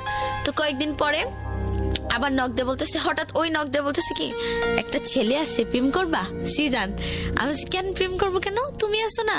আচ্ছা ধর, আমি কেন, আমি কি তোমার সাথে রিলেশন করবো? তোমাকে আমি বউ বানাবো না কি? চিন্তা করো না, এইসব চিন্তা করো না। দেখো তা আমি ওকে ও আজে বাজে কথা বলো, নেশা করতো তো আবার আজে বাজে। তো আমাকে একদিন বল কি তুমি এক কাজ করো, ওয়াশরুমে যাও। হ্যাঁ, ভয়েস মেসেজ দিচ্ছে রাত্রে, হেডফোন দিয়ে খুব চুপি এফএম শুনতাম আর চ্যাটিং করতাম। তুমি যাও ওয়াশরুমে, ওয়াশরুমে গিয়ে তোমার ফুল বডির পিকটা তুমি আমাকে তুলে তারপর আমাকে মেসেঞ্জারে সেন্ড কর। আমি বলছি কেন আমি দেখবো। তখন আমি না শান্তাকে নক দিলাম, তো কি করবো বল? বলছে আজকে তোর পরীক্ষা হবে যে তুই কে। আমি বলছি দাঁড়া, ঠিক আছে দাঁড়া। হ্যাঁ, ওরে ভাব নিলাম যে ওরে আমি এখনই বাসায় গিয়ে মায়ের আসবে। হ্যাঁ, ওরে নক দিয়ে বললাম কি কেন আমি না পারবো না, মানে এমবি নাই। শান্তা বলে কি বকা দিছিস? আমি বলছি হ্যাঁ সেই বকা দিছি, ওকে পারি নাই।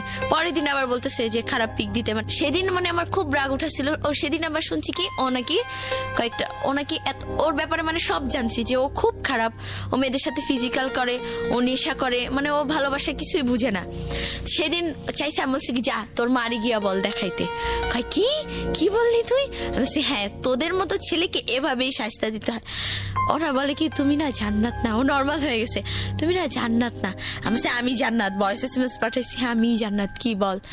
তুমি জান্নাত না, এটা জান্নাত না, এটা হয়তো ভিডিও করা বাট কথা এরকম না, তুমি জান্নাত না, আমি জান্নাত। বলে কি তুমি এত কঠিন কিভাবে হইলাম? বলছি ওই যে 2-2.5 বছরের এক্সপিরিয়েন্স আছে, তোমার পিছনে ঘুরছি আমি, হ্যান করছি ত্যান করছি, কত কিছু করছি। ও আমার কি বলে, বলছি তুই হাত কাইটা, গভীর ভাবে হাত কাইটা, ফ্রেন্ড মানে ওর কথা গভীর এইরকম নিচে দিয়ে এরকম মানে মেঝে পড়তো, মানে একটা ব্যথা, এটাও আমি বুঝতাম না। তো যাই হোক এভাবে আস্তে আস্তে সবাই মিলা বুঝালো, দেখ তুই ওর একটু ভুল, ভুলা যা, লাভ নাই, যেখানে মায়া বাড়ায় লাভ নাই সেখান থেকে মায়া কাটাইতে হয়। ফ্রেন্ড একটা ছিল মরিয়ম, সে ওই কোচিনে, শোন সিজানকে এখন তুই আর ভালোবাসিস না, ওকে পাওয়া তোর জিত। ওই যে 2 বছর তোর পিছে ঘুরছিস, অনেক স্যাক্রিফাইস করছিস, সেজন্য এটা তোর জিত। ও সিজান আবার একদিন কি করছে, আমার খালার কাছে গিয়ে, এমনি তো টর্চারের শিকার, খালার কাছে গিয়ে বিচার দিছে আপনার মেয়ে আমার পিছনে ঘুরে স্কুলে সবাইকে বলে দিছে যে আমি জান্নাত আর সিজান মানে ও হচ্ছে আমার হাজবেন্ড। বলে কি আন্টি আমি কবে বিয়ে করলাম বলেন, ও নাকি আমার বউ। সবাই আমাকে দেখলেই জিজ্ঞেস করে ভাইয়া ভাবি কই, হ্যাঁ জান্নাত কই, এরকম করে। তো খালা আরো মারলো। তো এদের মনে হয় কি ভালোবাসার জন্য মায়ের কোনো ব্যাপার না, খালাও সেদিন মারলো ফার্স্ট। তো খালু তো জানলোই না, তাহলে তো অবস্থায় খারাপ, বাসা থেকেই নামাই দিত, কি করতাম। তারপরও ওর মনে একটু ইয়া নাই যে মেয়েটা আমার জন্য এত কিছু করতেছে, এত কিছু, একটু ইয়া করি। তো আস্তে আস্তে ভোলামুজি এখন একটু অ্যাপবি চালাই, ছেলেরা নক দেয়, একটু হাই ফাই ভাবে একটু এঞ্জেল জান্নাতমণি আইডি খুললাম যে, তো ওইটা আমার ফার্স্ট আইডি এঞ্জেল জান্নাতমণি। আচ্ছা, এই অ্যাঞ্জেল জান্নাতমণি নামটা কেন দিলা? তোমার নাম তো অন্য নাম। আমার নাম তো জান্নাতুল ফেরদৌস। হ্যাঁ, তো তুমি অ্যাঞ্জেল কেন লাগালে নামের আগে? ওই যে এঞ্জেল নামটা কেন লাগাইছি কি, যে আইডি খোলার আগে মানে আমার ভালো লাগলো যে এঞ্জেল দিব, জান্নাত থাকবে আর মনি। আমাকে তো অনেকে জানুমণি, ওই যে আগে যে জানুমণি জান্নাতমণি ফ্যামিলি থেকে যে ডাকতো। আচ্ছা, কিন্তু অ্যাঞ্জেলটা লাগালে কেন? এঞ্জেল মানে যে পরি টাইপস, ফেরেশতা কিছু একটা হাই ফাই তো এরকম। ওকে, ঠিক আছে। তারপর না, এরকম অ্যাঞ্জেল নামে অনেক অসংখ্য আইডিয়া আছে, অসংখ্য, এখনো সার্চ দিলে। তো এঞ্জেল জান্নাতমণি এরকম করলাম।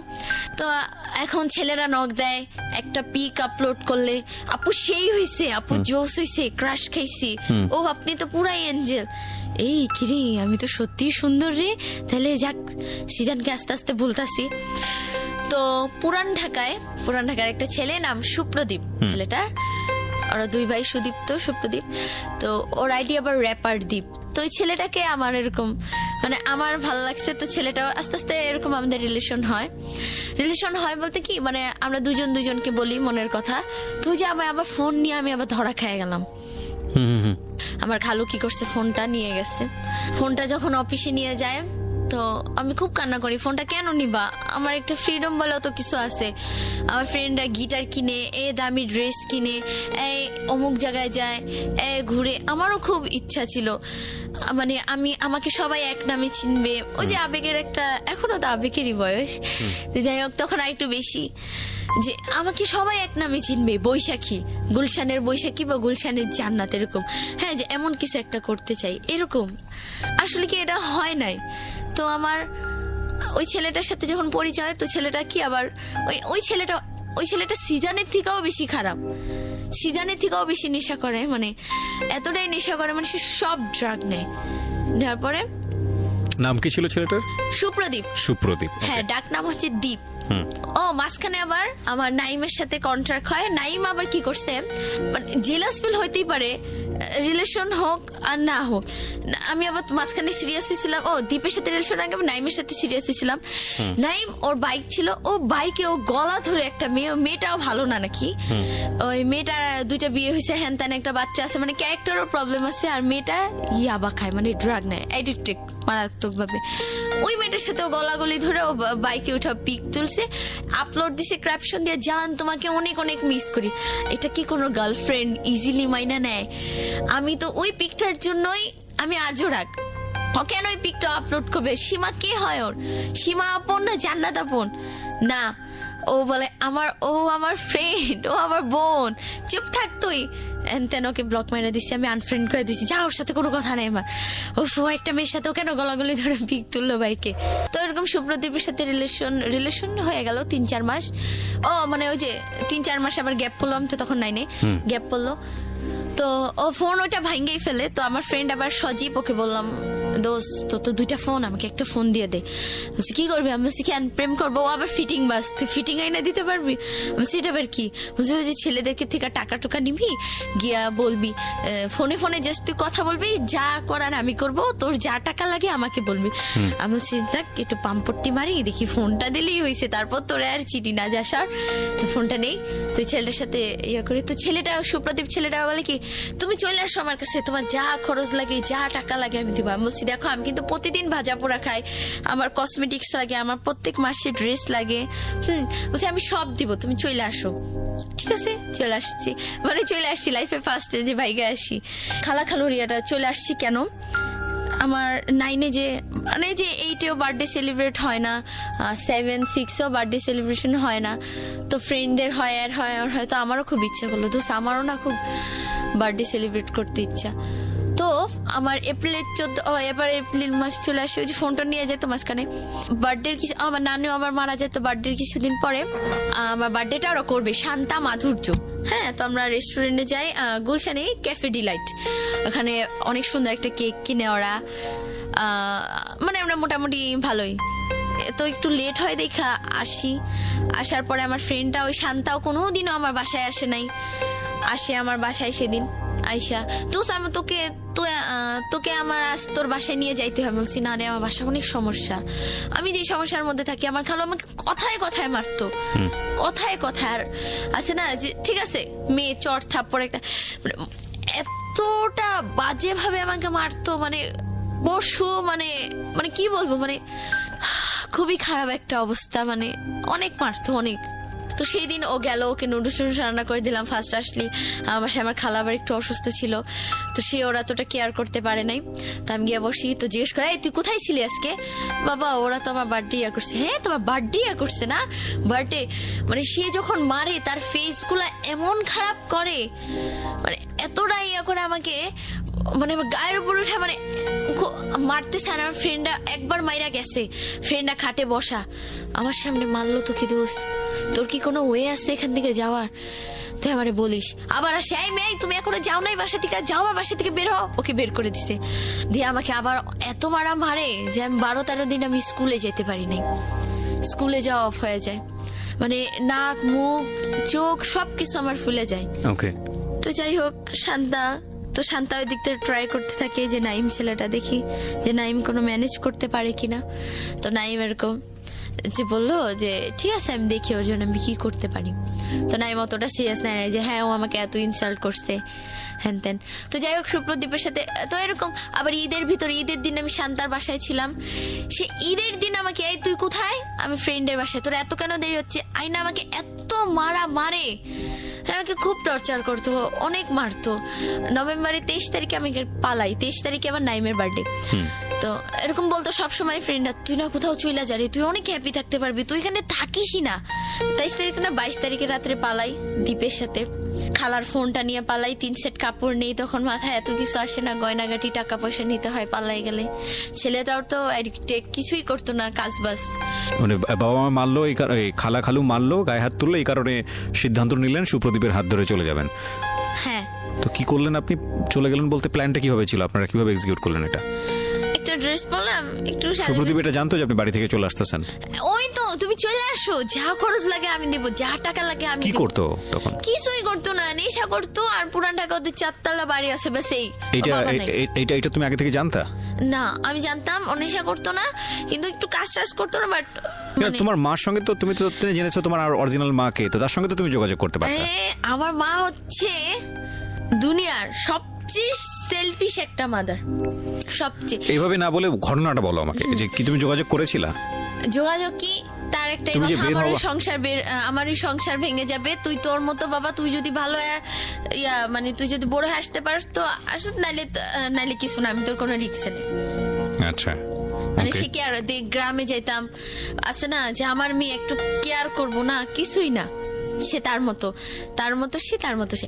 তো যদি কোনো ভালো ছেলে পাইতো, খুব টাকা পয়সা আলা ছেলেটা যেমনই হোক, তার সাথে মানে বিয়ে দিয়ে সে নিজের লাইফটা আগে সেটেল করতে। মানে আমার মা টাকা ছাড়া এই দুনিয়ায় কিছুই বুঝে না, টাকার জন্য আমাকে সব করাতে সে বাধ্য, এরকম একটা অবস্থা। তো যাই হোক মার কথা বাদ, তো এরকম পালাই চলে আসি রাত্রে। আমি আবার গুলশান দিকেই যাই, ডাইরেক্ট গুলশান লেকে বসে আছি, ভাবতেছি আরে যাবো, কি করলাম, ফ্রেন্ডের ছেড়ে আসবো। হ্যাঁ, তো তখন আবার সিজানের কথা ভাবলাম। সিজান বলছে যে তুই কখনো সুখী হইতে পারবি না, হ্যান তেন। হ্যাঁ, তুই ওকে যে আমি যে ইনসাল্ট করছি, যে তোর মাকে, ওই যে আমার যে খারাপ পিক চাইছে পরে ওর মাকে নিয়ে আমি কথা বলছি, যে তুই নিয়ে ওরা অভিশাপ দিছে। তো এসব ভাবতেছি, পরে ভাবতে ও কল দিল, কি আসবে না নাকি? হ্যাঁ আসতেছি। পরে যাই হোক পুরান ঢাকায় গেলাম, বাবু বাজারে কি এখানে বাস দিয়ে নামলাম। নামার পরে ওইখানে আবার একটা ছেলে আমাকে নিয়ে যে আমাকে লাইফে ভালোবাসছে অনেক ছেলে, কিন্তু আমি মানে বুঝি নাই যে লাভটা কি। ওই সিজনের পর থেকে ভালোবাসা আমার কাছে হয়ে গেছে খেলা, ভালোবাসা হয়ে গেছে আমার কাছে স্বার্থ। আসলে দীপ ছেলেটাকে আমি ভালো অতটাও না, নিজের স্বার্থের জন্য। যে ও আবার বলছে কি যে আসো তোমার সবকিছু আমি দেখবো, যদিও আমার কোনো একটা সেটেল করে দিতে পারে। ওইটাই তো ইমন ছেলেটা এরকম আমাকে ভালোবাসতো। ইমন ছেলেটাকে আমি বলছি আমি একা, আমি তো কোনোদিনও পুরান ঢাকায় যাইনি, তুমি আমাকে একটু দিয়ে আসো কষ্ট করে। তো ঠিক আছে আমি দিয়ে আসবো। দিয়ে আসলো আমাকে। সারা রাত তুই ছাদে ছিলাম আমি, ইমন আর দীপ, সারা ছাদে দুজন বসেছিলাম, তিনজন বসে বসে আড্ডা দিচ্ছি। যাইতে যেতে খুব রাত হয়ে যায়, আর ওদের বাসা টাসা মানে আশেপাশের কোন ফ্রেন্ডের বাসায় যে রাখবে সব বাসার লক হয়ে যায়, পুরান ঢাকার অবস্থা তো জানেনি। যাই হোক তো ছাদে বসে বসে আড্ডা দিলাম তিনজনে মিলা। দীপ তো ধুমায় সিগারেট খায়, কি খায় না খায়। যাই হোক আর আমি আমার মতো বসে বসে টেনশন করতেছি কি করব। আমার লাইফে আবার টেনশন কম, টেনশন বললে ভুল হবে, আমি আমার মতো হাসতেছি নাচতেছি ছাদে সারা রাত ছাদ ঘুরতেছি নাচতেছি ঘুরতেছি হ্যান তেনি। কি সুন্দর আমি বাইক আসছি, আল্লাহ আমি বাচ্ছি, আমি প্যারা থেকে বাচ্ছি এরকম বলতেছি। তো সকাল হয়, ছেলেটা আমাকে সকালে কি বলে, তখনই বলে কি আচ্ছা তোমার কি বাসায় যাওয়ার কোনো ওয়ে নাই। আমি বলছি কেন, আমি কি বাসায় যাওয়ার জন্য আসছি নাকি, তুমি আমাকে ভাগাই নিয়ে আসছো না বিয়ে করবা। বলছি কি ও আচ্ছা ঠিক আছে। মানে ছেলেরাও মানে একটু লুজ হয়ে যায়, মানে একটু ভয় পায় যে একটা মেয়ে পালা। তো ওর ফ্রেন্ড কিরণ, ওর দীপের ফ্রেন্ড কিরণ আমাকে আয়শা বলে যে কি তুই ভাগাই নিয়ে আসিস না, ডাইরেক্ট তোর মার কাছে নিয়ে যাবি। আবার একটা ভাইয়া ছিল সাগর, ডেভিল বয় সাগর আর কি, হিন্দু। তো ওই সাগর আর কি বলে কি ভাগাই নিয়ে আসিস না, তোর মার কাছে নিয়ে যাবো। বলছে না রে মার কাছে না, আমি টাঙ্গাইল নিয়ে যাবো, টাঙ্গাইল ওর বোনের বাসা। তো নিয়ে গেল।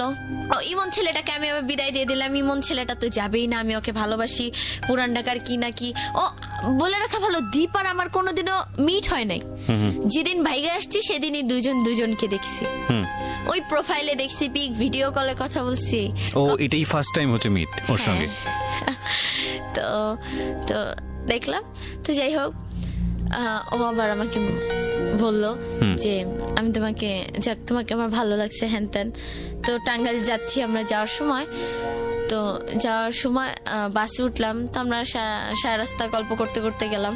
যার পর ওখানে বোনের বাসায় গেলাম। ও ছিল সবার ছোট। ওর বোন তো দেখলো যে ও নিজেই চলতে পারে না, ও আবার ভাগাই নিয়ে আসছে আরেকটা মেয়ে। ওর বোনের মাথায় তো বাস পড়ছে যে কিরে কি অবস্থা শুভ্র, তুই কাকে নিয়ে আসছি। আপু আমি ওর ভাগাই নিয়ে আসছি, ও আমার ওয়াইফ হবে, হ্যান আমাদের বিয়ে দিয়ে দেন। ও বোনে তো সেই কান্নাকাটি, ওর মাও জানতে পারলো। ওর মা খুব অসুস্থ। আর আস্তে আস্তে ওর মানে ওকে আমি ফার্স্ট দেখছি তো দেখি এতটা চিকুন একটা মানুষ খুব কমই হয়, মানে খুবই চিকুন আর খুব ফর্সা। দেখে বোঝা যাচ্ছিল যে নেশাকর টাইপের, কিন্তু এমনও তো হতে পারে অনেকে খাওয়া দাওয়া করে না এরকম, মানে ওই যে একটা বিশ্বাস চলে আসছিল। তো গেলাম টাঙ্গাইল। ও দুলাবে বলতেছে তুমি কি ওর ব্যাপারে কিছু জানো। আমি বলছি না। বলছি আপনি নেশা করে, কিন্তু ভাইঙ্গা বলে না যে ইয়াবা মানে হ্যান ত্যান অনেক কিছু খায় খারাপ। বলছি ও তো একটু নেশা করে। আমি বলছি ওটা কোনো ব্যাপার না, মনে করছি কি যে একটু ড্রিঙ্ক না কি বলে মদ, ওগুলো হয়তো খায় এই, আর ব্যাস আর কিছু না। গেলাম, এখানে বসেছিলাম আমরা। তো সুপ্রদীপ আবার আমাকে বলে যে হ্যাঁ সাজগোজ করো। সুপ্রদীপ আবার 7,000 মাত্র। আমি তো বাসা থেকে টাকা পয়সা নিয়ে আসি না, কারণ এই লাইফের ফার্স্ট 3 সেট কাপড় নিয়ে আসছি। আর জাস্ট কসমেটিক্স তো অল টাইম, এখন তো কসমেটিক্স শিখে গেছি। কসমেটিক্স এর বক্সটা ব্যাস যাবতীয় যা লাগে ব্যাস ওই নিয়ে আমি আসছি। তো সুপ্রদীপ 7,000 টাকার ম্যানেজ করছে। ম্যানেজ কইরা ওর দুলাবের হাতে টাকাটা দেয়, ভাই এই টাকা দিয়ে আমাদের কোর্ট ম্যারেজ বা কিছু একটা করাই দেন, এই আর পসিবল না। দুলাভাই তো সে রাতে আমাদের একসাথেও থাকতে দেন, আমার বোনের সাথে ছিলাম, দুলাভাইয়ের সাথে ছিল, যে না কিছুতেই মানে নিব না। ও দুলাভাই অনেক বুঝাইছে তুমি চলে যাও। বলছি কি আমি কিভাবে চলে যাও বলেন, গেছি একটা মেয়ে ভাইগা গেলে সে কি কোনদিন আর ফেরত যায় বাসায়? তার হাজবেন্ড হইতো খালা খালু যতই খারাপ হইতো, যা ওর বিয়ে হয়ে গেছে তো এবার ওর হাজবেন্ড নিয়েও থাক। যখন ছেলেটা আর কি আমাকে বলা শুরু করলো যে বিয়ে করবো হ্যান ত্যান, তো বিয়ে করবো আমি কি দীপ আমি মেহেদি পরবো, আমি চুড়ি পরবো, হ্যাঁ তোমাকে সব কিনে দেবো। আমাকে একটা হলুদ কালার একটা ড্রেস ছিল, ওই ড্রেসটা পরে আমি বসেছিলাম।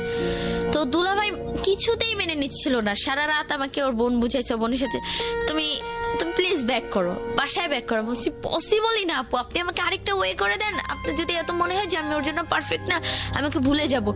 বলছে দেখো তুমি মেয়ে মানুষ, হ্যাঁ ধর আপনার মেয়ে মানুষ, বের হয়ে আসছি আবার কি। হ্যাঁ আমি তো যাই হোক, ও দুলাভাই হঠাৎ করে সকালবেলা, এই সুপ্রদীপ তুই টাকা আনছিস? হ্যাঁ টাকা আনছি, দে টাকা দে, তোদের বিয়ে করাই দিব। দুলাভাইয়ের ধান্দা আছে, টাকা নিবে। এই ও তো খুশি।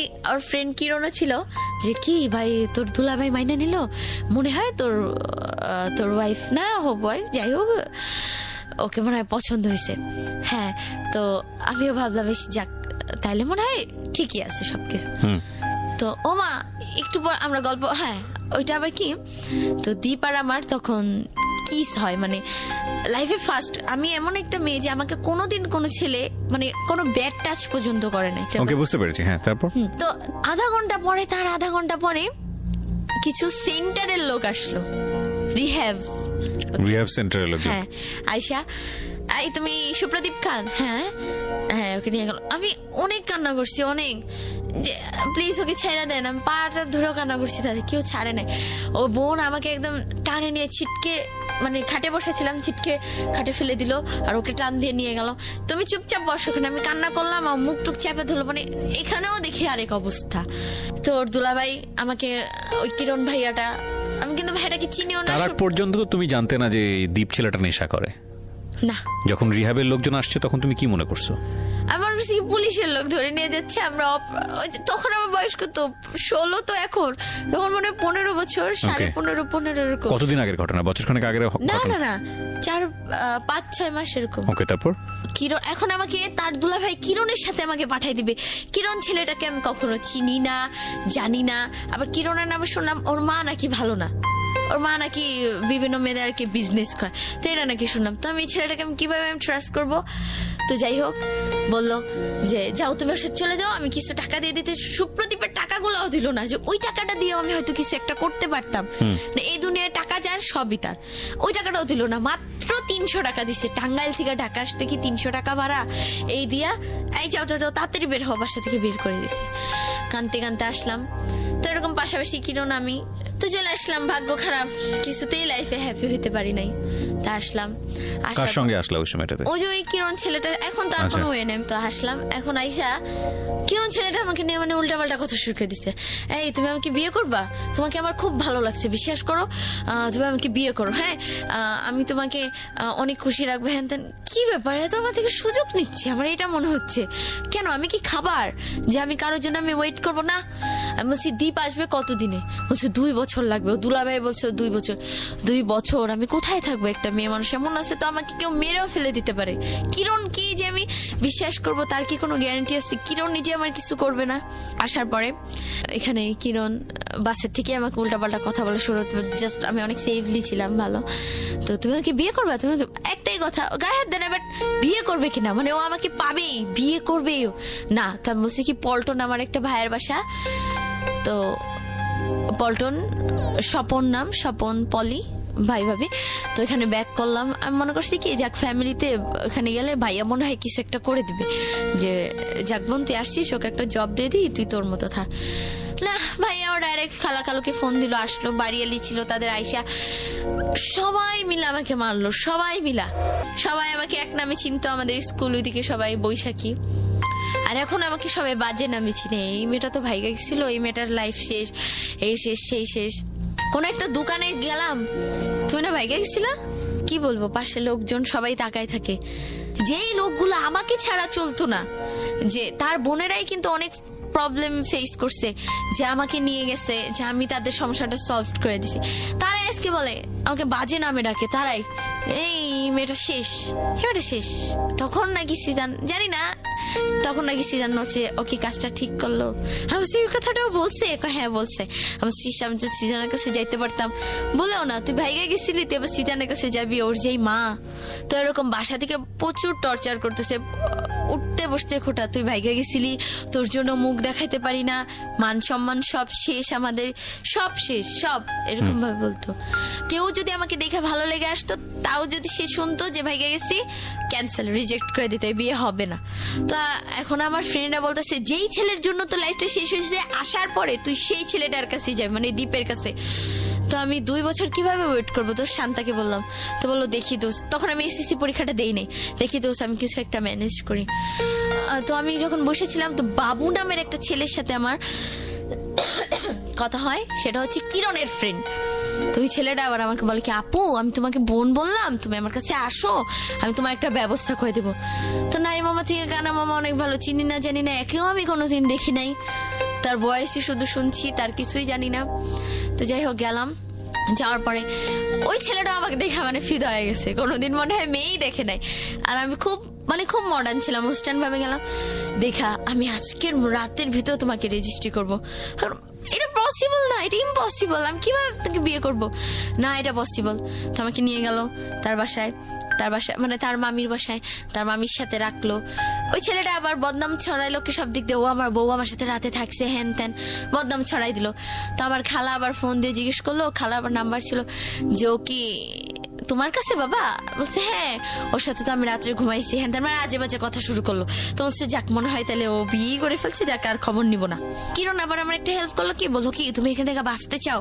আমি বলছি হ্যাঁ বাঁচতে চাই। বলছে আমার একটা ভাই আছে নাম বিল্লাল, বাবুবাজার স্ট্যান্ডে কাজ করে হেল্পারে, তো তুমি ওখানে তার বাসায় চলে যাও, তার সে ওরকম ভাইকে বিয়ে করছে, একটা বেবি আছে তার ছেলে তানভীর নাম। তো তুমি ওখানে যাও, গিয়ে দেখো যে সে তোমাকে একটা জব টব দিয়ে দিবে। তো আল্লাহ যাকেই মনে হয় স্বপ্ন, আমার স্বপ্ন বলতে ওই যে জব করবো, নিজের মতো থাকবো, ওইটাই আর কি আমার স্বপ্ন বলে। তো যাই হোক গেলাম, যাওয়ার পরে ওই ছেলেটা আমাকে বলতেছে, আপু তুমি তো আসছো আমার বোনের মতো।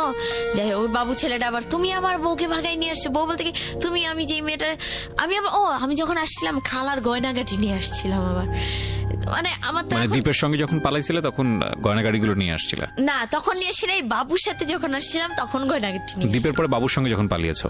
পালাই নাই, মানে যে হেল্পের জন্য আশ্রয় দেবে, পালানো বলে না, মানে চলে আসছিলাম একটা হেল্প।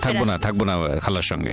হ্যাঁ থাকবো না। তো এটা এক ধরনের বাসা থেকে বের হয়ে যাওয়াই তো? হ্যাঁ ওই পালাই যাওয়াই বলে। ওকে, তো এটার সময় খালার বাড়ি থেকে তার সব গয়নাগাটি নিয়ে আসি। একটা বিষয় নোট করবেন প্রিয় শ্রোতা, ওর লাভ বলেন বা বয়সন্ধিকালের এক ধরনের এফেকশন বলেন, ইমোশন বলেন, সেটা ছিল মূলত সেজানের প্রতি। সেজান না কি, জিসান, সিজানের প্রতি।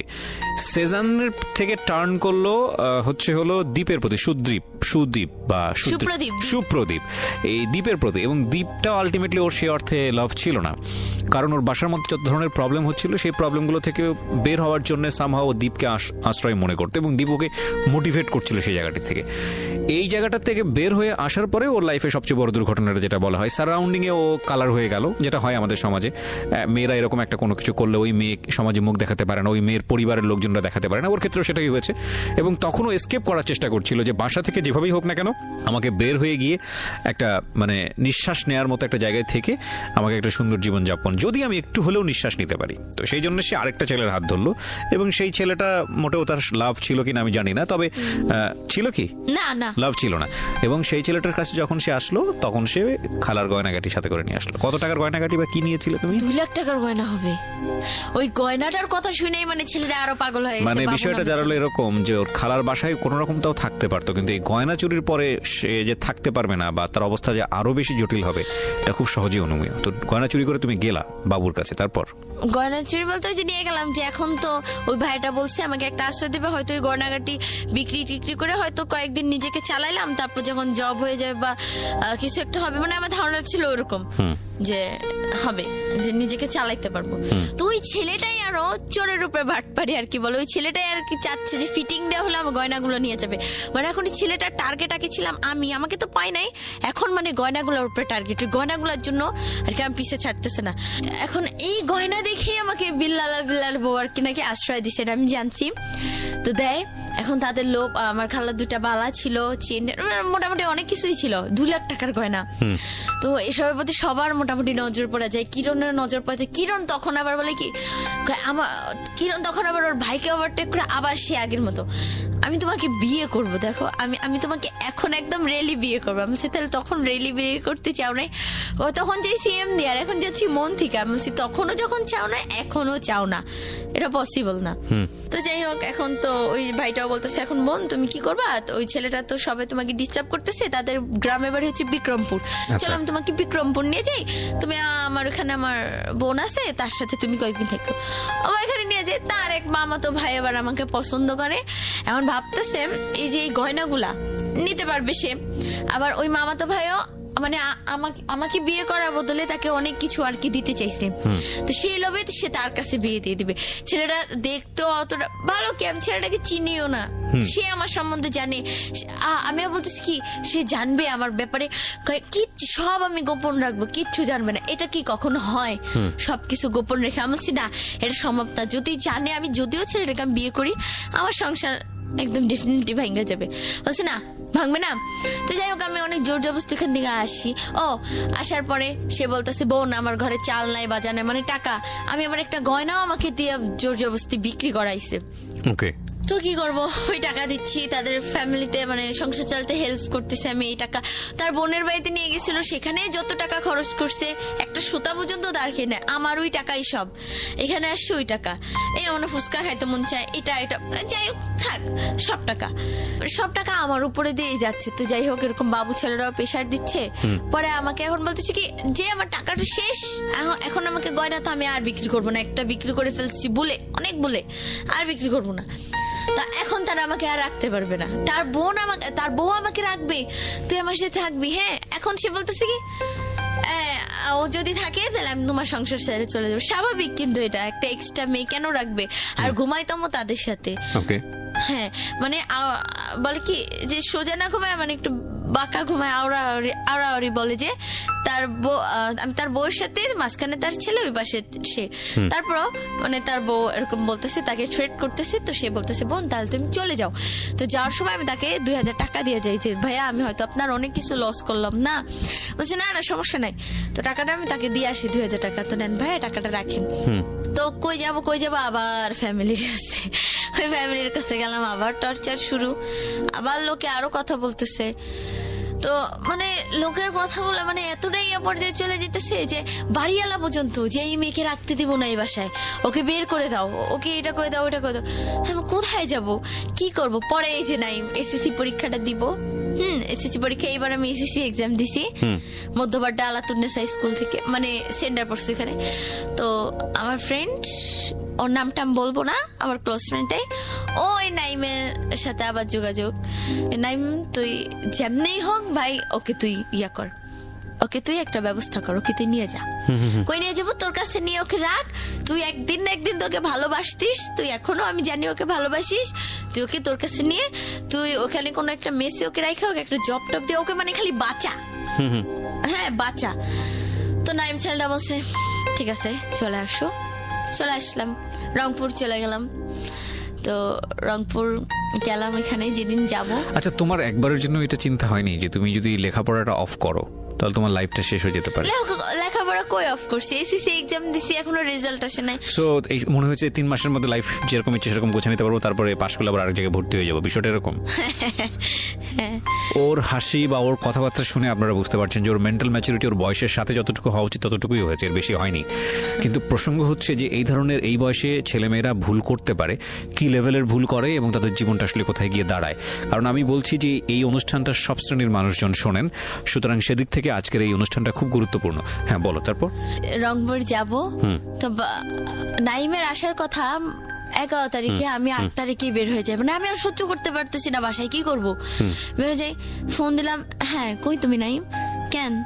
রংপুরে আমি আসতেছি। হ্যাঁ আসতেছি মানে কি বলো এগুলা? মানে ওর মাথায় একদম আকাশ ভেঙে পড়ছে। দাও আমি তোমাকে কল্যাণপুরের ধানমন্ডি ওখানে দুইটা, ওই দিনে আবার নাইমের বেস্ট ফ্রেন্ড নাহিদ আসে ঢাকা, মানে ঢাকা বলতে রংপুর যায় ঢাকা থেকে।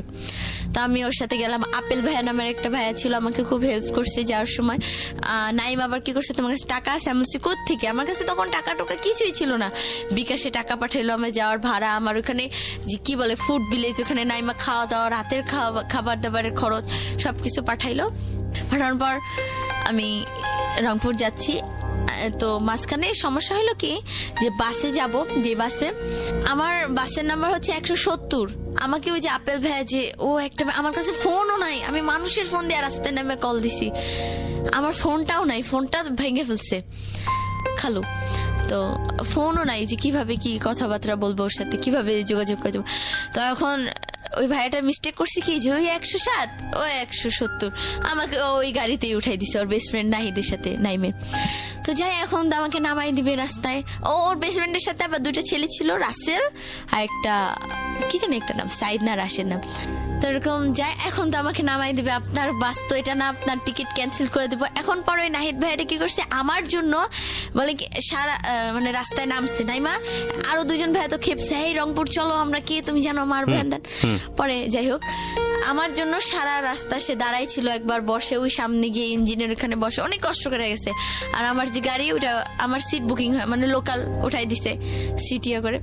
তবে রংপুর গেলাম, রংপুর গিয়া মনে হয় একটা নতুন জীবন পাইলাম।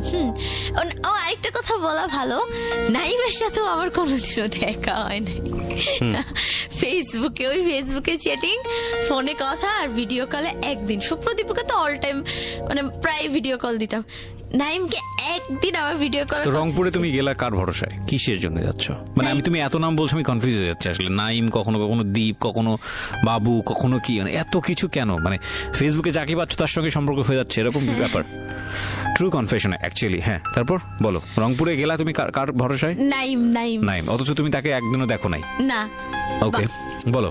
প্রপার এডুকেশন অনেক ইম্পর্টেন্ট প্রিয় শ্রোতা, ফ্যামিলি এডুকেশন অনেক বেশি ইম্পর্টেন্ট, যেটা ওর ফ্যামিলিতে ওর জন্য ল্যাক ছিল ডেফিনেটলি। হ্যাঁ বলো তারপর। তো আমি মানে বাস থেকে নামলাম, নামার পরে দেখলাম নাইম। ওই নাইমকে দেখার পর আমার যে এত আগে পরে এত কিছু ছিল আমি যে আল্লাহ সব ভুলে যাব, মানে ওর চেহারাটা দেখা। আর নাইম ওই যে মামতি নামের একটা মেয়েকে পছন্দ করতো, ফার্স্টেই বলছিলাম যখন আমি ওর সাথে ব্রেকআপ করলাম, তো ওই মামতি নামের মেয়েটাকেও ভুলে যাবে আমার জন্য। তো নাইম ছেলেটা কি মানে খুব শৌখিন ছিল, ও কক্সবাজার এখানে সেখানে ঘুরবে, কিন্তু ওই টাকাও জমাইছিল। নাইম আবার বেকার ছিল, বাট কাজ মানে হাত খরচ দিত ফ্যামিলি থেকে ভালোই।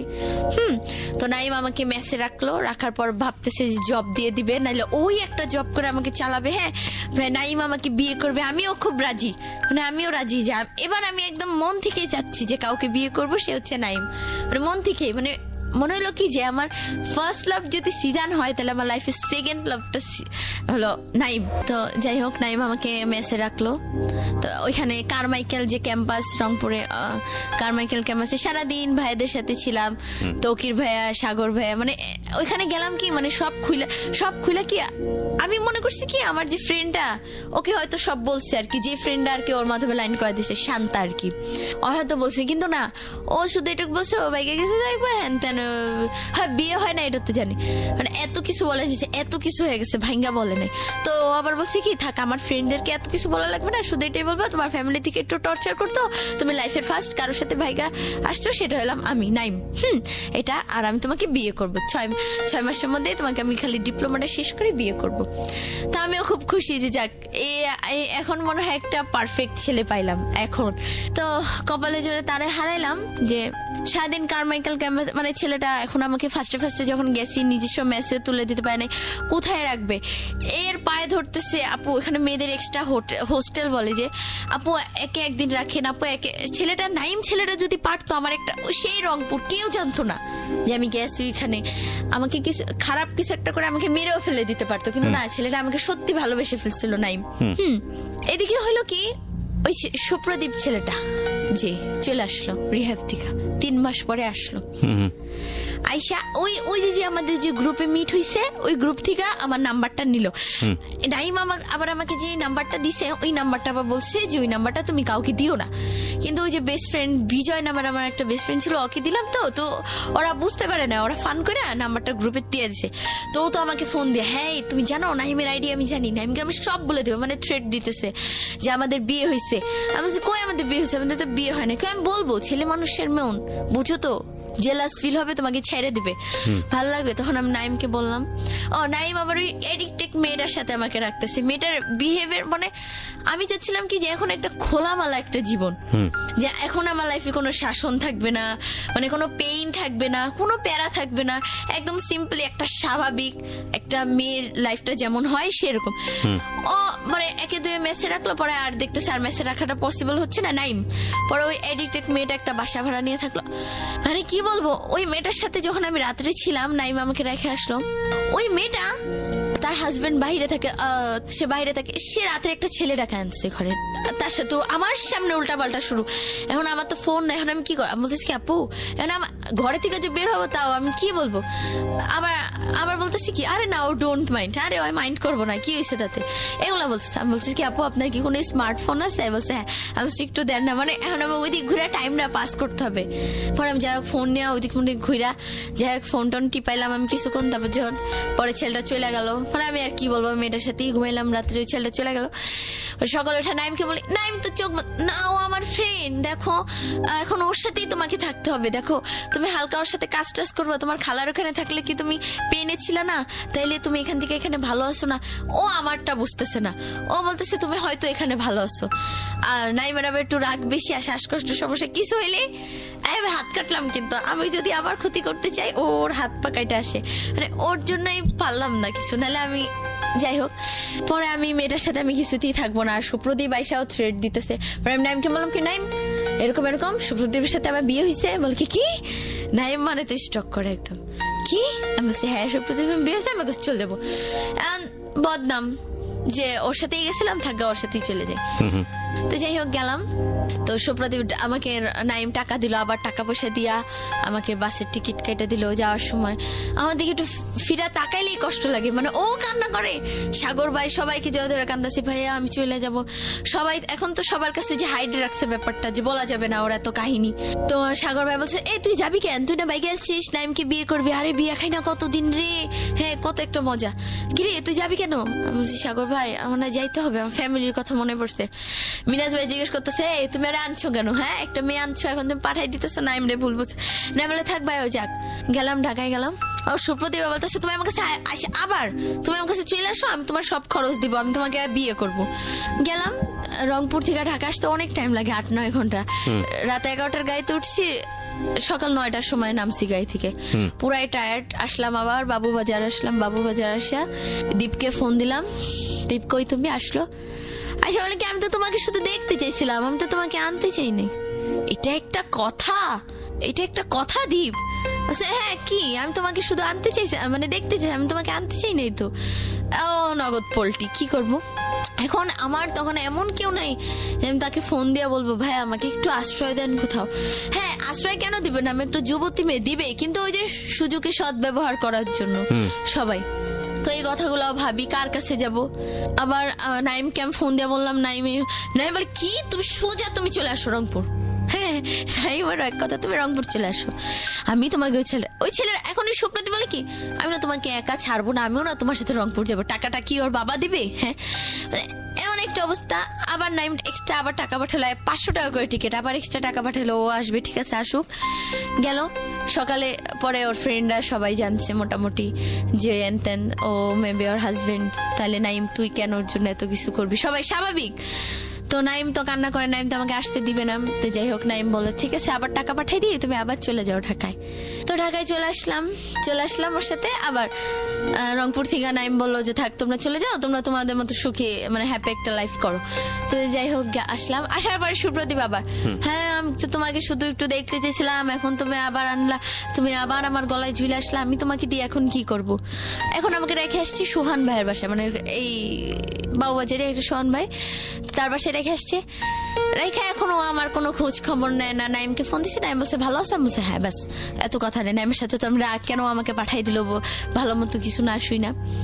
তো সুপ্রদীপ ছেলেটা আবার পোল্টি, ওই যে আবার তো আবার বলতেছি কি ভাই জান্নাত কই? বলছে জান্নাত তো ঘরে।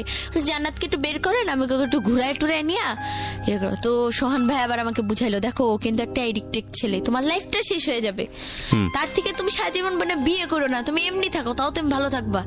তুমি যে লাইফটা পার করে আসছো তোমার ওই লাইফটা আবার যেতে হবে যদি তুমি এই ছেলেটাকে বিয়ে করো। আমি বলছি তাই? পরে আমি ছেলেটাকে মানে দীপকে মানা করছি, আমি তোমাকে বিয়ে করবো না। সোহান ভাইয়ার খুব ক্লোজ একটা ফ্রেন্ড হচ্ছে হৃদয় ভাই, পচা হৃদয় যাকে বলে সবাই ডাকনাম পচা হৃদয়, সে একজন ডিজে। তো আমি আবার নাচ গান এগুলা খুব পছন্দ করি আর কি। তো সে এরকম বললো কি যে তুমি নাচ গান খুব লাইক করো, তাহলে এক কাজ করো, তুমি পচা হৃদয় ভাইয়ের কাছে চলে যাও, তো দেখো সে তোমার লাইফটা কিছু একটা করে দিবে। তো এরকম নদীর ওপার বলে যেটাকে, তো পচা হৃদয় ভাইয়ের কাছে আমাকে দিয়ে আসলো। আজকে 2 দিন হলো তার বাসায়। পচা হৃদয়ের নামটা কিরকম, মানে বুঝলাম না, পচা হৃদয় কেন তার নাম? হ্যাঁ, তার নাম পচা হৃদয় কারণ তার লাইফে অনেক অনেক কিছু আছে, ছোটবেলা থেকেই সে একা একা ছিল, তো এরকম ভাবে তার নাম পচা হৃদয় হয়ে গেছে।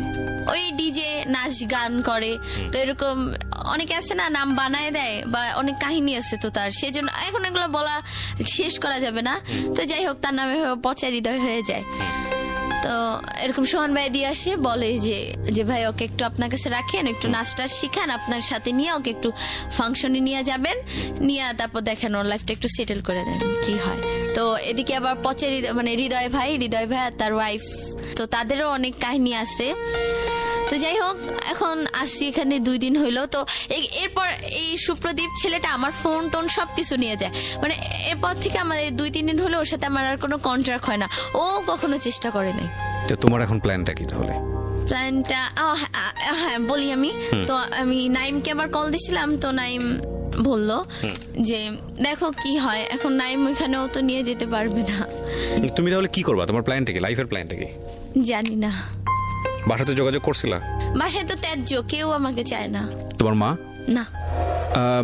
প্রিয় শ্রোতা, 16 বছরের জীবনের যে গল্পটা এখানে আপনারা শুনলেন, এই রকম গল্প সমাজে খুব বিরল না, এবং এই গল্পে আমাকে নতুন করে বলার কিছুই নেই যে ওর এই জীবনের পেছনে দায়ী আসলে কে। তবে এটা ঠিক যে ও যে পরিবেশে বড় হয়েছে সেই পরিবেশ অনেকখানি দায়ী, আর এই পরিবেশেও যে ছেলেমেয়েরা ভালো থাকে না বিষয়টা এরকম না।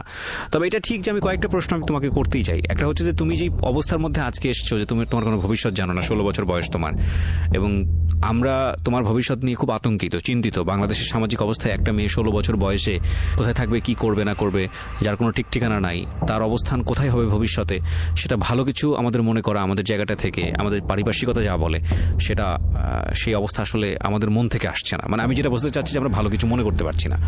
কিন্তু তোমার এই অবস্থার জন্য মূলত দায়ী দুজনেই আমি মনে করি। একটা যেটা হচ্ছে যে ভুল তুমি বারবার করতে পারো না। ভুল একবার হতে পারে, 2বার হতে পারে, 3বারের বার ভুল আর ভুল থাকে না, সেটা অপরাধ হয়ে যায়। তুমি বহুবার ভুল করেছো, আমি যেটা মনে করি। তবে এই ভুলের মধ্যে তোমাকে ঠেলে দেওয়া হয়েছে, তোমার ফ্যামিলি তোমাকে ঠেলে দিয়েছে, এবং তোমার খালু তোমার কথা যদি বিশ্বাস করে নেই, তারা যে অবস্থার মধ্যে তোমাকে রেখেছে সেটা তোমার জন্য কাঙ্ক্ষিত না, এবং সেটার জন্য তুমি ফ্যামিলির থেকে স্কেপ করাটা উচিত হয় নাই। কারণ তুমি মনে করেছো যে পরিবার থেকে বের হয়ে একটু সুখ খুঁজে নেই মানুষের মধ্যে। সেই সুখটা তো পরিবারের চেয়েও জঘন্যতম অবস্থা হচ্ছে চারপাশের পরিবেশ। কারণ সবাই এখানে ইন্টারেস্ট খুঁজবে, কেউ তোমার পয়সার কথা চিন্তা করবে, কেউ তোমার রূপের কথা চিন্তা করবে, কেউ তুমি নিজেই সেটা বুঝেছো, এবং বোঝার পরেও তোমার ঘর থেকে বের হওয়াটা ঠিক হয়নি। এটুকুই বলবো। তোমার খালু যদি আজকের এই অনুষ্ঠানটা শুনে থাকে, তাহলে তাদেরকে অনুরোধ করতে পারি আমাদের লাখ লাখ শ্রোতাদের পক্ষ থেকে, যে না, তোমার প্রতি যেন অবিচার না করা হয়। কারণ তোমার বয়সে তুমি ভুল করতেই পারো, 16 বছর বয়স মাত্র তোমার, কিন্তু তাদের ভুল করাটা উচিত হয়নি। তোমাকে এই বয়সে ত্যায্য করাটা উচিত হয়নি, এবং ত্যায্য করার কোনো সিস্টেম আমি যত জানি বাংলাদেশের আইনে এটা নাই। ত্যায্য করার বিষয়টাই নাই বাংলাদেশের আইনে।